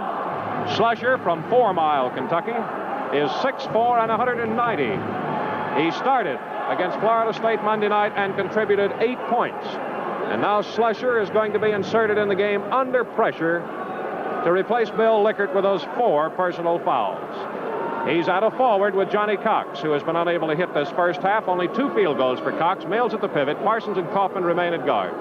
For Temple, no change. They're back with Kennedy, Goldenberg, Franklin, Ivins, and Palmer, and the tap goes to Kaufman to start the second half of play. He's knocked down on his knees there in a collision, but keeps the ball bouncing. Parsons on the left side to Cox. The jump shot, no good, as Cox is unable to hit to start the second half. The ball knocked out of bounds for George Palmer. Temple forward, and Kentucky has it to the left of the basket over the baseline. 20 seconds gone, the second half underway. Pass comes into Cox. He hooks it over his head and in. That same out-of-bounds play that paid off for Cox a moment ago gives him his 3rd field goal. Temple leads by 5 points, 41-36, as they have the ball for the first time in the second half. Kennedy in front court takes it to the left side, hands to Ivins, and out deep to Goldenberg. Goldenberg with Parsons on him, angles to the right side, gives off to Ivins, brings it to the free throw line, delivers to Kennedy, who backs away now from Kaufman to set up his attack, balance court. He lays it off to Goldenberg to the left side against Parsons. Hands off to Opie Franklin, coming out of the pivot, and now deep to Kennedy again. Off the left to a screen.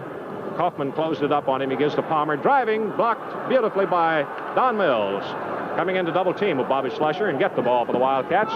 Over to Benny Kaufman, who moves it up in the front court to the top of the circle. Over to Parsons in the pivot to Don Mills. Moves to the left. Here's a hook. Around the rim and out of there. Very close to going in for Mills. Could have been a tremendous help to pull the Cats within 3. Right now they're off the pace for 5. 41-36. Kennedy in front court gives to Goldenberg and back to Kennedy. On the left side, it's to Palmer to Kennedy. Rolled off his left shoulder. He picked it up on 1 bounce. Lobs a high one to Franklin. He turns and shoots over Mills. Short. The rebound to Cox. He takes it quickly back in front court for the Wildcats. Watches Schlusher going to the basket. Doesn't risk the Granger's cross-court pass. Over to Kaufman to Parsons. 25-foot set. No good. Missed everything. Ball out of bounds, untouched. As Goldenberg, the little 5'7" Temple guard, stood like a pillar there on the baseline to keep any Wildcat from trying to leap out of bounds and save it in the air. Kennedy back in front court now from a 20-foot jump shot. Round the rim, no good to Cox of Kentucky. Picks off another rebound. Dick Parsons at dividing line gets the pass. Cox been unable to hit from the outside tonight, has crippled the Kentucky attack. Here's Parsons, 20-foot set shot from the left. This one's good. Dick Parsons gets his 3rd field goal. Kentucky's within 3 points, 41-38 now. On second half field goals by Parsons and Cox, and Temple wants timeout number 3 right at this point. So we have played 2 minutes, 15 seconds of the second half. And we have had a starting field goal from Captain Johnny Cox and a field goal just now by Dick Parsons to cut the Temple halftime lead down to 3 points, 41-38. And here in the background, you can hear the Temple band and the Temple cheerleaders getting activity going here on this near side. As Temple this second half has their offensive basket off to our right, they've made the adjustment necessary and are ready to go back to play. Since it is their timeout, Kentucky must be ready to go at their beckon. There is no change in either lineup as we go back to activities. We're here at the Palestra in Philadelphia. We'll be back with you over these same Standard Oil stations Monday night at 8 o'clock Eastern Time. Kentucky and Duke from Durham, North Carolina. Pickles Kennedy flips her into Goldenberg, who steps over the 10-second line. Gives to Kennedy now. Down the right side to Palmer and back out to Kennedy. Who moves in just a couple of quick steps. Gives to Franklin on the free throw line. Over to Kennedy. Gets his shot away. Good. Kennedy gets his first field goal of the second half. And Temple leads 43-38. Moving up the backcourt slowly. Dick Parsons lets his offense get set. Drives off to the left side. Double team. Looks at Cox going for the basket. Whips to him. Then behind him, Ivan slaps for it as Cox shoots. No good. The ball knocked down. It's out of bounds to Kentucky. Touching it last was Bernie Ivans right at the baseline. Don Mills yells his play. Mills out of bounds to the left of the basket, over the baseline, calls his play. Pass comes into Cox, off to the right of the basket. A hook shot goes up and in. Johnny Cox with that swooping hook gives him 4 field goals, 2 in each half. And after 3 minutes of the second half, it's Temple 43, Kentucky 40. Into front court, Kennedy gives down the left side to Palmer. Drives out, gets away from Slusher. Lays it in, no good. A foul out in the floor on Bobby Slusher of Kentucky. The foul on Slusher is his first one. It's the first foul of the second half. George Palmer, who hasn't missed a Temple free throw, is on the line for 1. He's hit 6 for 6. Temple leads after 3 minutes 15 seconds. The shot's no good. Mills taps behind him to Benny Kaufman, who moves up in the front court. Starts to the right, angles to the left, pulls up, looks in that pivot for Mills, and flips off to Cox. Against Opie Franklin, he drives, gives it off to Parsons, sets, whips back to Cox. The hook, good. 2 hook shots by Johnny Cox has pulled Kentucky within 1 point at 43-42. Now Kennedy and Goldenberg wide apart coming up the backcourt, with Kennedy taking it over the line, giving it to Goldenberg, down the right side to Palmer, back to Goldenberg. Goldenberg dives in, 15-footer, up, no good. Rebound, Slusher of Kentucky brings it out of there with Franklin trailing him. He drives into front court to the free throw line, a one-hand jump shot, good. Bobby Slusher coming up with his first field goal of the game sends Kentucky ahead, 44-43. So Kentucky has outscored Temple 10-2. In the first 4 minutes of the second half to take the lead at 1 point.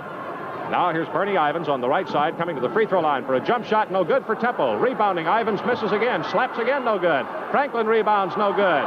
Cox rebounds for Kentucky.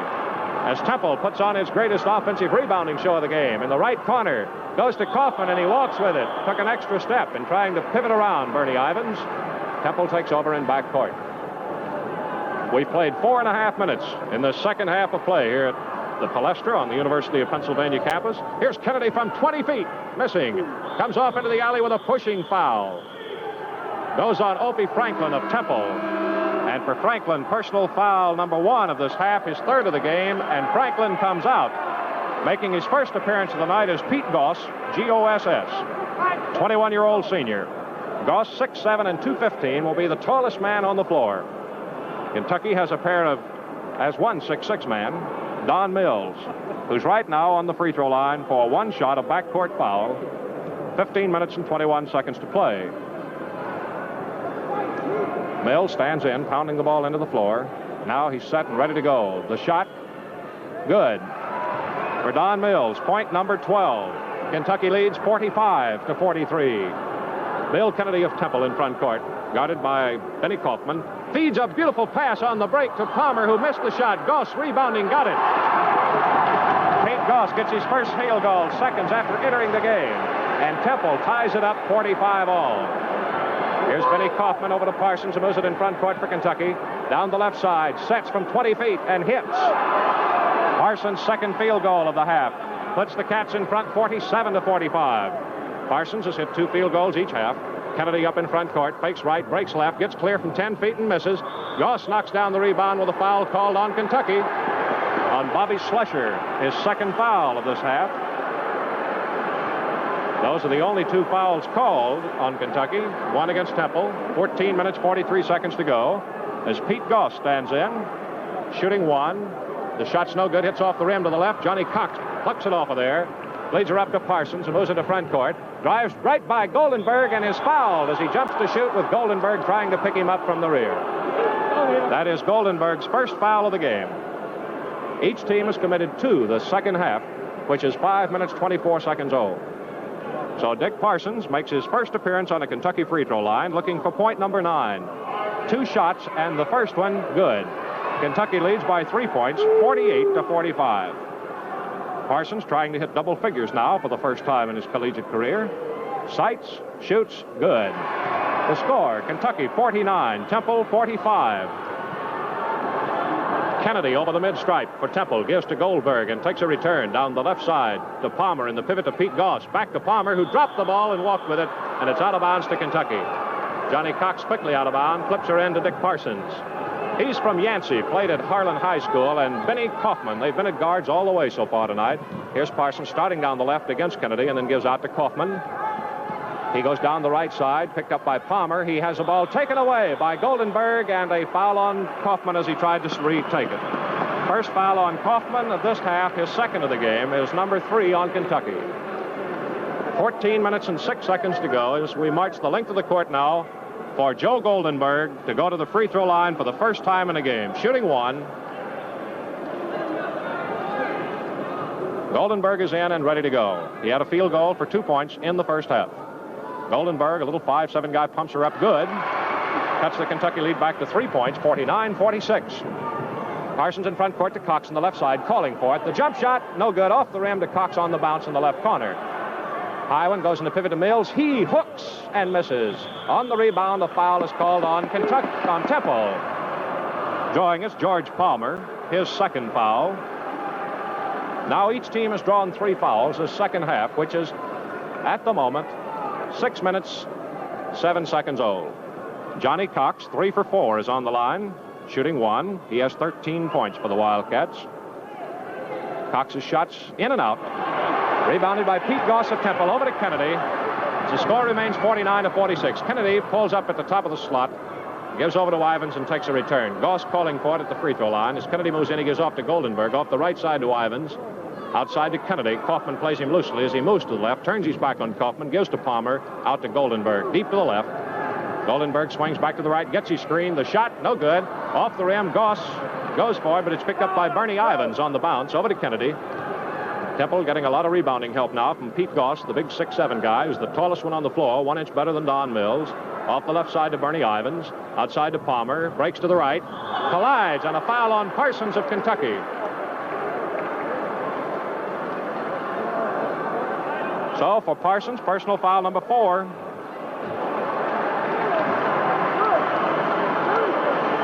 Parsons in the game and Lickert on the bench have 4 personals.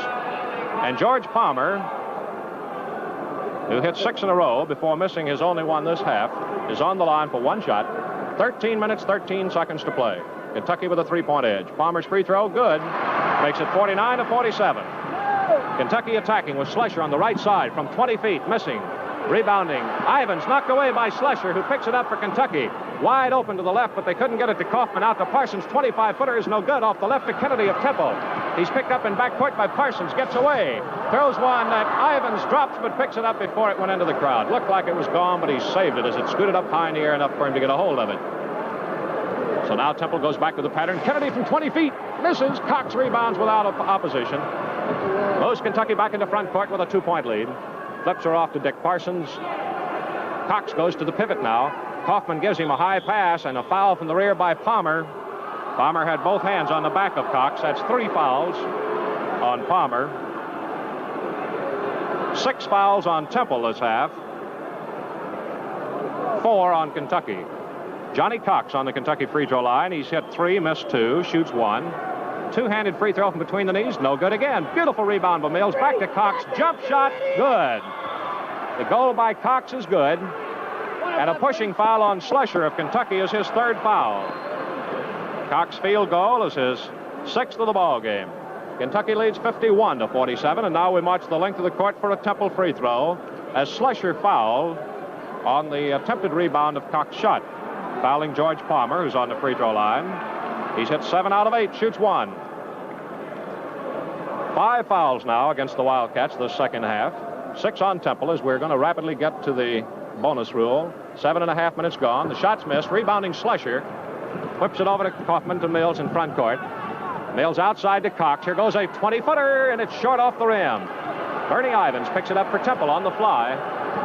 Over to Kennedy, moving back in front court from 20 feet. Kennedy missed it, and Mills and Cox fight for it with Cox getting it. Cox bringing it into front court now for the Wildcats. Hands on the right side to Kaufman. A high pass and a pivot to Mills. He turns and shoots good. Don Mills gets his first field goal of the second half.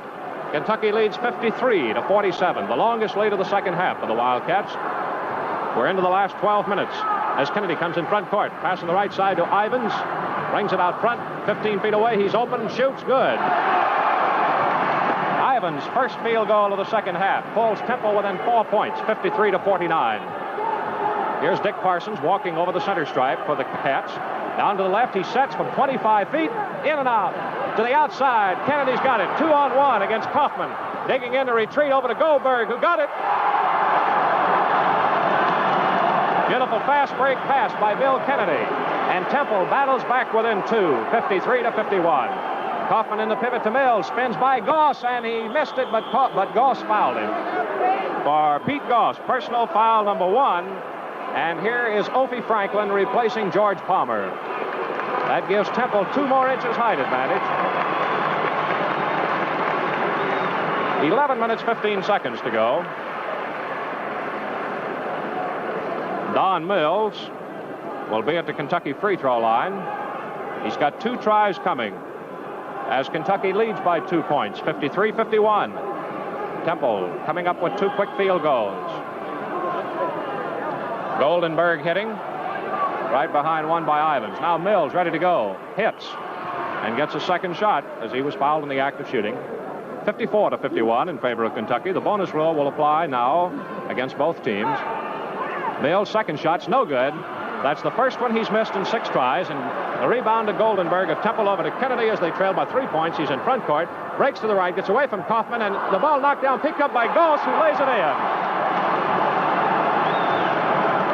Pete Goss with his second field goal pulls Temple within 1 point. So just after Kentucky got its 6-point lead, Temple went on a 5-point spurge. Here's Parsons outside hitting Cox. The hook shot, no good to the right. Tapped by Schlescher, out of bounds by Mills, and a foul on Mills. That's the first foul this half on Mills, but his second of the game.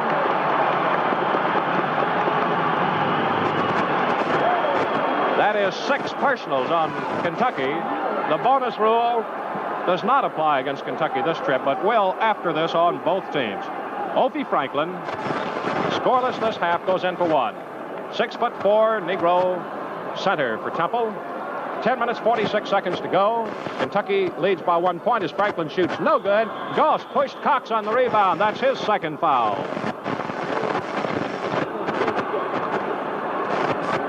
Now we march the length of the court again. Back-to-back offensive rebounding fouls. So here's Johnny Cox, who has missed 3 straight free throws. A chance now to increase Kentucky's 1-point lead. 10:45 on the clock for this ball game. Here at the Palestra in Philadelphia. Cox free throw good. Kentucky leads by 55-53. A typical Kentucky Temple game. Up in front court, Kennedy, Goldenberg deep and back to Kennedy. Down the right side to Franklin. Back to Kennedy. Breaks to the left. At the free throw line, he turns his back on Kaufman. Spins to the right. Gets open. As he jumps to shoot, he's blocked beautifully and a jump is called. Mills got a chance to come out of the pivot and double team him. Bobby Schlescher moves out too to jump with him. It's Schlescher that'll be jumping at 6'4". He's got 5 inches height advantage. Taps to Kaufman, who's got it. The Cats break 2 against 5, and Parsons gets wide open and lays it in. Parsons, who's picked up 3 field goals this half, sends Kentucky on top 57-53. Now Kennedy leads Temple back to the attack. Angles off to the right. Feeds one into Goss, who turns, walks with it, and it's out of bounds to Kentucky. So Benny Kaufman will put it in play off the side of the backcourt to Dick Parsons. Bob Schlescher, the only Kentucky substitute in this ball game. Here it is over to Kaufman, who dropped the ball but picked it up before Goldberg could get it to him. Down the right side to Schlescher, brings it out to the top of the circle, hands to Mills, knocked down by Goss, picked up by Schlescher. He moves into the free throw line, and a jump shot's no good. Tapped to the outside by Franklin. It's picked up by Kennedy. Kennedy moving up the backcourt over the 10-second line. Moving in against Kaufman, breaks down the left side, falls away with a pass to Goss. He turns and shoots good. 6'7" Pete Goss, a second-half substitute, has come up with his third field goal, and Temple moves within 2 points. It's 57-55 in favor of Kentucky with 9.5 minutes to go. Dick Parsons in front court to Benny Kaufman. Down the left side to Cox and out to Parsons. Cox gave him a weak pass that Parsons had to bend hard for to get. In the pivot to Mills, breaks to the left, knocked away and out of bounds by Opie Franklin. Kentucky will put it in play over the baseline to the left of the basket. Don Mills steps out to put it in play. Lines him up four abreast on the right-hand side of the offensive court. Hands in close to Cox, and a foul is called on Temple. Pushing foul on George Palmer. Or Checkers, Bernie Ivans, his first foul of the half, third of the game. Timeout, Kentucky. This is the second timeout of the ball game for Kentucky, and the fifth timeout we've had as Temple has taken 3. So the score stands Kentucky 57, Temple 55. This second half, we have seen Johnny Cox, after being held to 7 points in the first half, come through with 9 points. Kennedy, who had 17 points in the first half, has been held to only 2 this second half. The Kentucky scoring this half has seen Dick Parsons score 8 for a total of 12. Don Mills has scored 4 for a total of 15. And as we said, Johnny Cox has picked up 9 for a total of 16. Bobby Schlecher has scored 1 field goal this half as a substitute. For Temple, Kennedy has 2 points this half. Now we're ready to go back to play.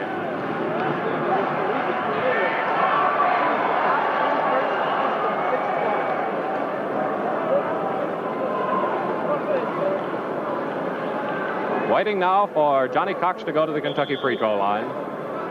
9 minutes to play. We're here at the Palestra in Philadelphia. A few Kentucky fans here, like Jesse Arvin down at Houstonville. Johnny Cox now on the free throw line. Cox has hit 4 out of 7. He shoots 1 shot. The free throw, no good. Taken by Goss of Temple. Over to Kennedy, and the Owls have a chance to tie it up. Here's Kennedy in front court, fakes a shot, flips out to Goldenberg. He drives to the right from 15 feet, misses. Short off the rim, he rebounds, breaks left, shoots again, no good. Knocked out by Franklin and taken by Ivans. Deep to Kennedy, and Temple does a lot of work on those boards. Kennedy went off the floor to shoot, gave to Goldenberg, who shoots. It's short. Schlecher rebounds for Kentucky. He's got a 4-on-2 fast break. At the free throw line, he gives to Kaufman, who lays it in driving. Benny Kaufman gets his first point of the second half to put the Cats on top 59-55, and Kennedy brings Temple back into front court.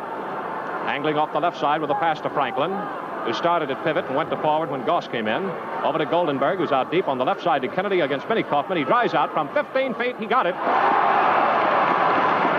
Kennedy's second field goal of the half pulls Temple back to within 2 points, 59-57, and we've got 8 minutes to play. Up in front court, Dick Parsons of Kentucky. Moving in with a bounce pass to Schlecher on the right side. Outside to Parsons. Sets. 30-footer. In and out. Goss taps it down for Temple. Picked away from him by Schlecher. Knocked up into the air. Goss goes for it. Threw it into the back of the backboard. Trying to knock it over to Pickles Kennedy, and Kentucky takes it. Don Mills calling his play as he will move out of bounds over the baseline to the right of the basket. Calls his play. Pass comes in the right corner to Kaufman. Parsons. A jump shot's good out of the right corner by Dick Parsons. Gives him 6 field goals, and Kentucky a lead of 61-57. The Big Blue battling the Temple Owls in a traditional battle that's always close. Here's Kennedy down the left side with a pass to Franklin. Franklin whips into the left corner to Pete Goss. Outside to Ivans. Deep to Pickles Kennedy. Kennedy dancing along. Down the left side. Drives, and a whistle blows as he drives to shoot. An out in the court foul on Kaufman of Kentucky, his third one. So Kennedy goes to the Temple free throw line, where he has hit 7 straight. 4 fouls on Kaufman instead of 3. Also 4 on Parsons. Each Kentucky guard has now picked up 4 personals, and Lickard picked up 4 in the first half. He has not played the second half. The free throw good by Kennedy. And a bonus shot. 7 minutes, 8 seconds to go. Temple trails by 3. Pickles Kennedy will take the bonus shot of the second half. Kennedy has now hit 8 straight free throws after missing his first attempt. Stands in, takes plenty of time, and lets her go. Good. So Kennedy with a pair of free throws makes it Kentucky 61, Temple 59. Parsons drives all the way to the right corner in front court, then passes out to the top of the circle to Benny Kaufman. Angles to the right, a screen, a jump shot, way short, off the rim, juggling the ball, everybody, and finally knocked out of bounds off the foot of Pete Goss of Temple.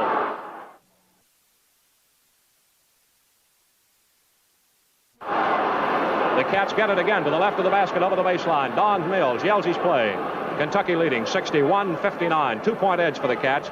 The pass is out deep to Johnny Cox. He takes off with a pass in the pivot to Slusher, and a hook is no good, but a foul called on Temple. Pushing foul on Bill Kennedy, the Temple captain, his third foul. And into the game is George Palmer. Going out's Pete Goss. A big hand for the 6'7" substitute who came in to notch 3 important field goals. 33, Bob Slusher, Kentucky's only substitute of this ball game, is out on the free throw line for the first time tonight. Has one try coming with 6 minutes, 39 seconds to go. His shot good. And the bonus rule brings a free shot. Kentucky holds a 3-point edge on Temple. Temple had a 7-point lead at halftime, 41-34. Slusher ready to go, arches it up, good. So the score now goes to 63-59 in favor of Kentucky. And Bill Kennedy back in front court for the Owls with Opie Franklin going to the pivot. As Palmer, we have the starting lineup intact. Goldenberg drives to the right, and Parsons crowds him to the right corner. In the pivot to Franklin. Deep pass goes high outside to Kennedy. Straight away 25 feet. Weaving, driving, going in. Picked up off the head of Kaufman with a pass intended in the pivot. It's picked up by Dick Parsons. Drives in. Goldenberg beautifully hooked the ball away from him. Over to Franklin to Kennedy. He's wide open for a gimme. Kennedy's third field goal of the half. On defensive play by Joe Goldenberg, who took the ball away from Dick Parsons. And now it's Kentucky 63, Temple 61. Parsons back in front court, deep, gives pass to the pivot to Cox. One bounce dribble, Cox double team, hands off to Benny Kaufman. Down to the baseline to the left, he gives to Cox and out deep to Parsons.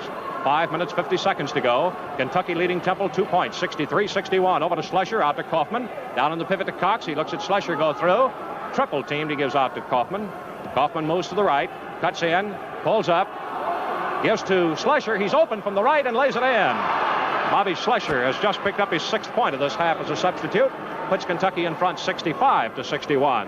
Kennedy walking up the back court now, drying the back of his hand as he moves over the center stripe. 5 minutes, 20 seconds remain. Down the right side to Bernie Ivins. He brings it out to the free throw line, and a jump shot's no good off the back of the rim. Cox takes it right away from Parsons on the rebound. Drives up into front court and stops just inside the stripe. Gives over to Dick Parsons. Now Kentucky has the ball with a 4-point lead. And it goes to Cox. A quick hook shot is good. Johnny Cox arches in his 7th field goal of the ball game to send the Cats on top for the second time by 6 points this half. Timeout Temple. Temple's 4th timeout of the game. The clock showing 4 minutes and 54 seconds to play. The score is Kentucky 67, Temple 61. Temple brought a 7-point, 41-34 edge into the second half, and Kentucky has now for the second time built a 6-point lead. Sustained popularity is pretty good evidence of quality. If Standard Oil gasolines had not demonstrated their dependable quality to 3 generations of Southern motorists, that would not continue then to lead in sales year after year throughout the territory served by Standard Oil dealers. Standard Oil gasolines stay out in front because they're constantly improved to meet changing car engine requirements. And your neighborhood Standard Oil dealer invites you back Monday night at 8 o'clock Eastern Standard Time over these same stations for the Kentucky Duke game at Durham, North Carolina. The horn sounds to go back to play. The ball in the possession of Temple at midcourt across the way here at the Palestra in Philadelphia. Joe Goldenberg is out of bounds to put it in play. He gets the ball and passes into Kennedy. Standing just in front court, moves to the right, calling his play. Fakes a pass, then gives to Palmer on the right side. Back to Kennedy. They didn't reave it back. His shot's blocked and taken by Don Mills of Kentucky as he came in under the basket, and up the way it goes to Dick Parsons. Parsons slowly moving up the back court now, easing just over the midcourt stripe at the center court jump circle. Looks to the left toward the bench. Kentucky is in a double pivot to the left. The pass to Cox, slapped right back by Ivins to Parsons. Parsons lays her off to Benny Kaufman, moving to the left side. Looks at Cox, a high one arched in there, and a foul on Ivins from the rear. That's the 4th foul on Ivins, and while Cox goes to the free throw line, 10 seconds for station identification. This is the Standard Oil Sports Network. 590 VLK, the Kentucky, Colonel Station, Lexington, KY. 11 o'clock WVLK time. Line drops it in, and the Cats lead for the first time by 7 points. Cox has a bonus try coming with 4 minutes 25 seconds to play. It's good. Kentucky 69, Temple 61. The Cats with their longest lead of the game. Kennedy in front court now for the Owls. Gives off to Joe Goldenberg, moving down the left side. A quick 20-footer is around the rim and out. Tapped up, no good by Franklin. Rebounds at the baseline. Bounces one out on the left side that's knocked out of bounds by Dick Parsons. And Temple gets it free throw line deep. Outside pass to Kennedy. Moving to the right side with 4 minutes to go. Kentucky leading by 8 points. Kennedy flips one back outside to Goldenberg. Back over to Kennedy. Kennedy dancing down that left side just off the slot. Gives over to Goldenberg, feeds to Palmer, back to Goldenberg in the left corner. The jump shot, no good. Off the rim with it. Franklin taps outside, but it's cut off by Kaufman of Kentucky. Brings it in front court and holds it out deep now. Setting up his double pivot strong to the right. Gives over to Parsons, who brings it to the weak side, staying deep. Now Kaufman comes in close quarters to get a pass. 3.5 minutes to go. Kentucky 69, Temple 61. Here it is over to Parsons. In the pivot to Cox. Breaks to the right. Stepped on Ivan's foot. And a foul on Cox for charging. It's the second foul on Johnny Cox. And the clock is stopped with 3 minutes and 24 seconds to go. And the score is Kentucky 69, Temple 61.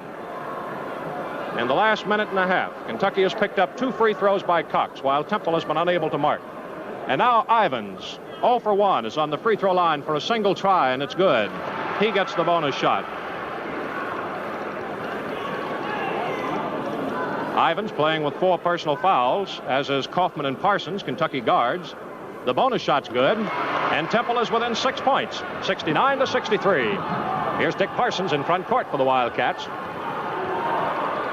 Every man in this lineup here right at this moment, playing for everything they've got.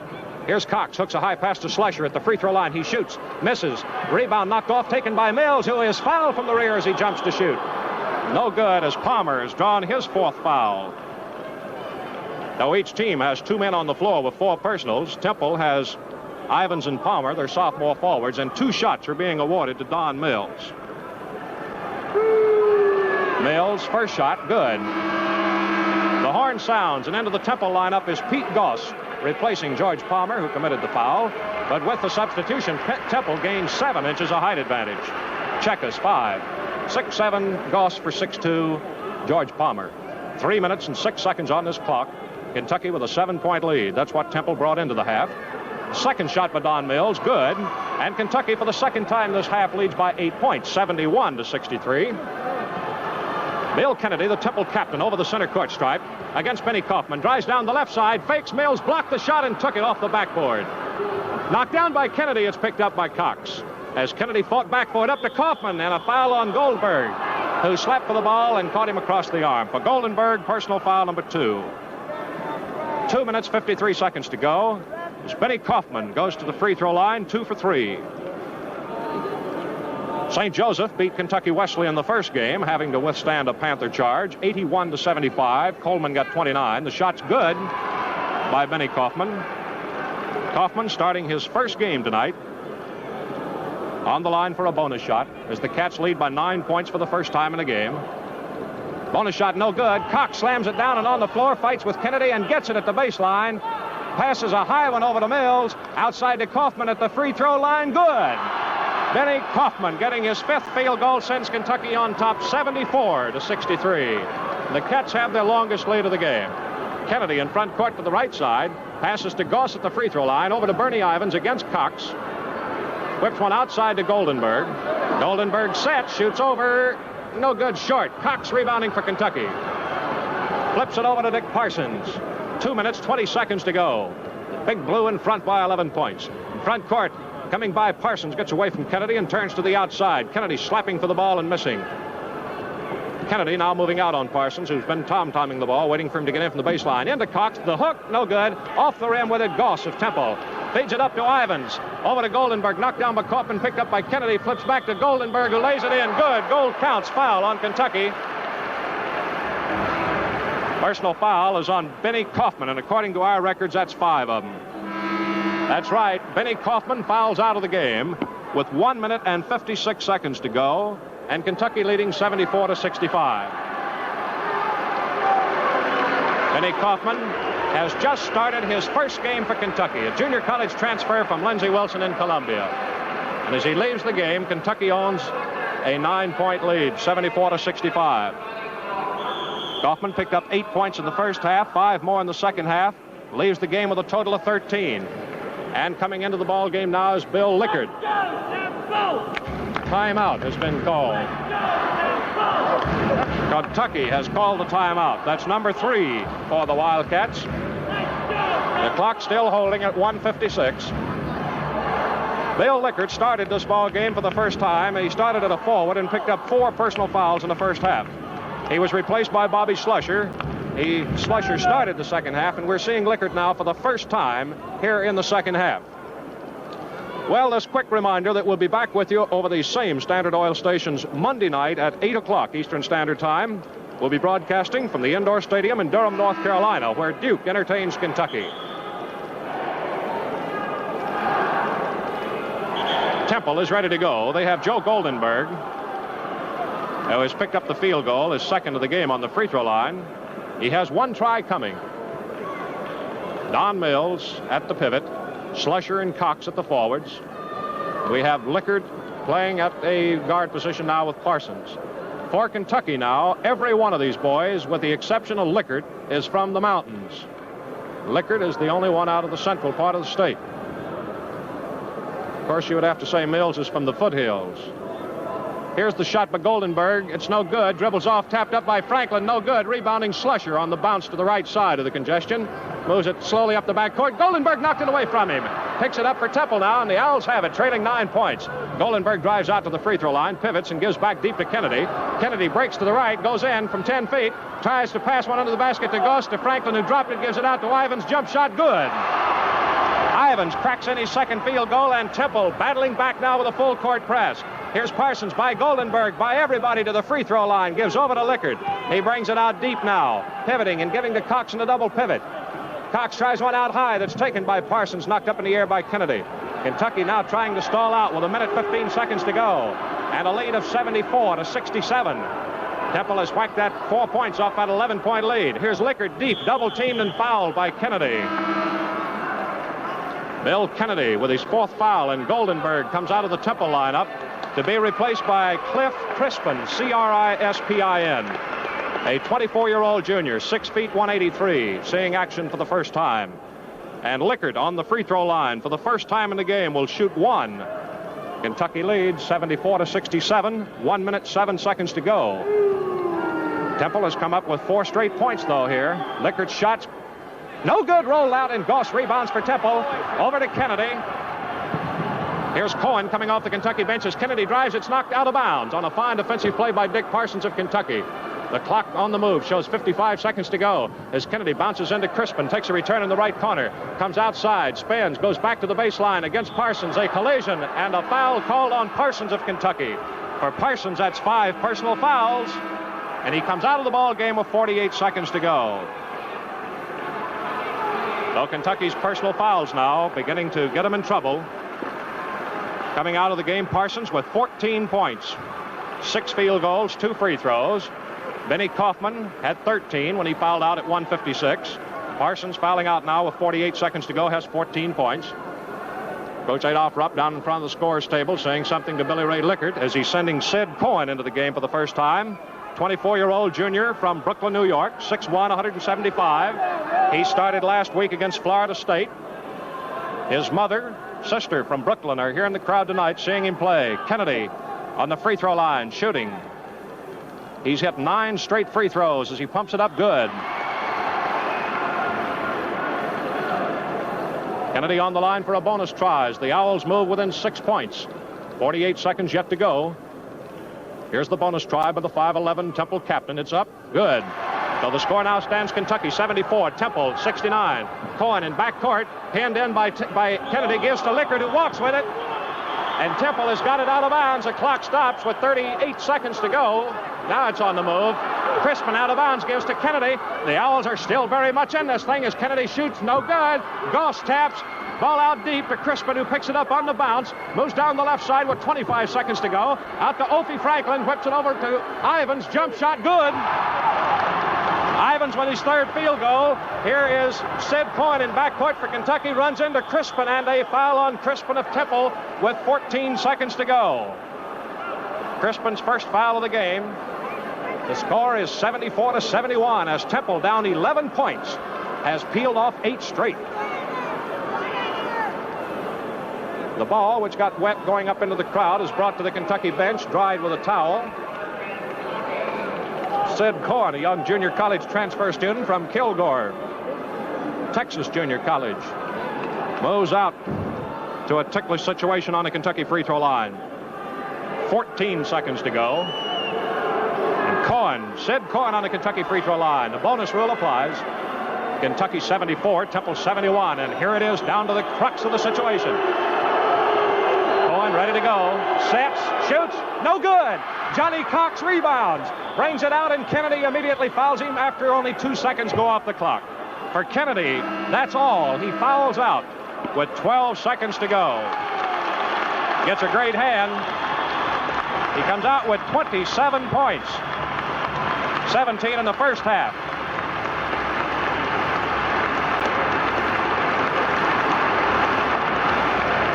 In to replace him is Joe Goldenberg. Kentucky lost both starting guards, Kaufman and Parsons, and they ended up with 27 points, the same as Kennedy did. Johnny Cox waits now at the Kentucky free throw line. Johnny Cox tonight has had a pretty tough night on that free throw line. He's hit 6 free throws and missed 4. Now we're in the clutch. Kentucky leading 74-71 over Temple here at Philadelphia, and Cox, one shot coming. Bonus rule applies. The shot, good. Johnny Cox puts it up to 4 points. Kentucky 75, Temple 71. Cox in for a bonus shot. 12 seconds to go here at the Palestra, Philadelphia. Cox ready. Two-hander from between the knees, good. Kentucky leads now by 5 points, 76-71, and timeout Temple with 11 seconds on the clock. That is the last timeout for Temple in regulation time, their 5th. So now with the Temple timeout, we have time to set the stage for the closing drive. Johnny Cox has just gone to the Kentucky free throw line and dropped in a pair of them to send the Cats on top 5 points, 76-71. Temple taking the ball out of bounds under the basket, pitching it in to get the ball at midcourt, quickly called timeout. Coach Harry Litwack has set his strategy, and let's see how he tries it. Don't think it can't be done. Temple had an apparently safe 2-point lead last year with only 1 second to go. So now here we go. Goldenberg gets the ball. It's touched by Crispin, and the clock takes off. Crispin gives to Goldenberg. Holds it over his head. One bounce dribble and a jump shot. It's off the rim. No good. Beautiful rebound by Johnny Cox, and the ball game is over. Final score, Kentucky 76, Temple 71. As the Wildcats came bouncing back for an 11-point lead late in the ball game, and then had desperately to stave off with tremendous rebounding by Johnny Cox and 2 free throws by the only Kentucky senior in the ball game to get a 5-point win over Temple. But close ball games between the Cats and the Owls are always true to form. Temple had a 7-point lead, so it means Kentucky outscored them by 12 points in the second half. If you were with us at halftime, perhaps you heard Gene Kelly here with us at halftime say that he thought the Kentucky speed would tell in the second half. Well, coaches Adolph Rupp and Harry Litwack have concluded their conversation. We'll have the scoring summary of the ball game right after we call attention of you motorists. If it's time for a grease job, drive into your Standard Oil station for a different, better chassis lubrication than you've ever had before. Standard's new chassis grease, which they use in Kaiso lubrication, contains Moly, the miracle additive that makes the last mile of a grease job as smooth as the first. You'll feel the difference right away in easier steering, a smoother, quieter ride. And you'll still feel the difference 1,000 miles later. Yes, you'll enjoy driving with Moly. But remember, only Standard Oil now has this scientific new lubricant. Drive in to your nearby Standard Oil station for Kaiso lubrication with this new and better Molly grease. Now the scoring highlights. Of course, it goes to Bill Kennedy of Temple with 27 points. He had 8 field goals. He missed his first free throw, then hit 11 straight. 7 in the first half, 4 in the second half. And his field goals, 8 with 11 free throws, total 27 points. Exactly what Kentucky's starting guards scored between them. The other scoring for the Temple Owls, we saw some fine play all round tonight. Joe Goldenberg, who got 2 points in the first half, came back with 2 field goals and a free throw in the second half, and a total of 7. Opie Franklin picked up 4 points on 2 field goals early in the ball game and was shut out from therein. Missed his only free throw try. Bernie Ivins, who picked up 8 points in the first half, came back with 8 more and a total of 16. Sophomore George Palmer, who cut the ropes when Kentucky was leading by 6 points, for 6 straight points to tie it up, ended up with 10 points in the first half. He was throttled, held to only 1 the second half, and ended up nonetheless with a total of 11. A great reserve role by substitute Pete Goss tonight for Temple with 6 points on 3 field goals. Jack Peep was in the game briefly in the first half, didn't score, missed 1 free throw. And Cliff Crispin saw brief action in the last half, did not score. For Kentucky, both guards fouled out. Benny Kaufman, starting his first game, fouled out with 1:56 to go, 13 points, 8 in the first half. Dick Parsons fouled out with 48 seconds to go, had 14 points, 10 of them in the second half. Don Mills tonight, who had a fine night in his second straight game as a starting center, came up with a total of 17 points, 11 of them in the first half. He had 5 field goals and 7 for 8 at the free throw line. Johnny Cox, who was held to only 7 points in the first half, came back with 15 and led Kentucky with a total of 22 points, giving Cox 22 behind his 27 against Florida State in the opener. Cox had 7 field goals, and on the free throw, he hit 8 out of 12. The other Kentucky starter, Bill Lickard, had 4 points, all in the first half, where he picked up 4 fouls, 2 field goals, missed 1 second half free throw, and 6 points for second half substitute Bobby Slusher, who played the entire 20 minutes with 2 field goals, 2 free throws. Sid Cohen, who came in the last 48 seconds, missed 1 free throw and didn't score, as Adolph Rupp used only 2 substitutes. So that's the picture of the ball game. Temple outscored Kentucky by 7 points in the first half. Kentucky outscored Temple by 12 points in the second half. It was Kentucky 34, Temple 41 at halftime, and the final score is Kentucky 76, Temple 71. So Kentucky is undefeated through its first 2 games of the season. As a matter of fact, in Adolph Rupp's 29 years, only 3 times has he been defeated in one of those first 2 games, and 1 time it was Temple. Temple now has a record of 1 win in their opener, and now consecutive losses this week.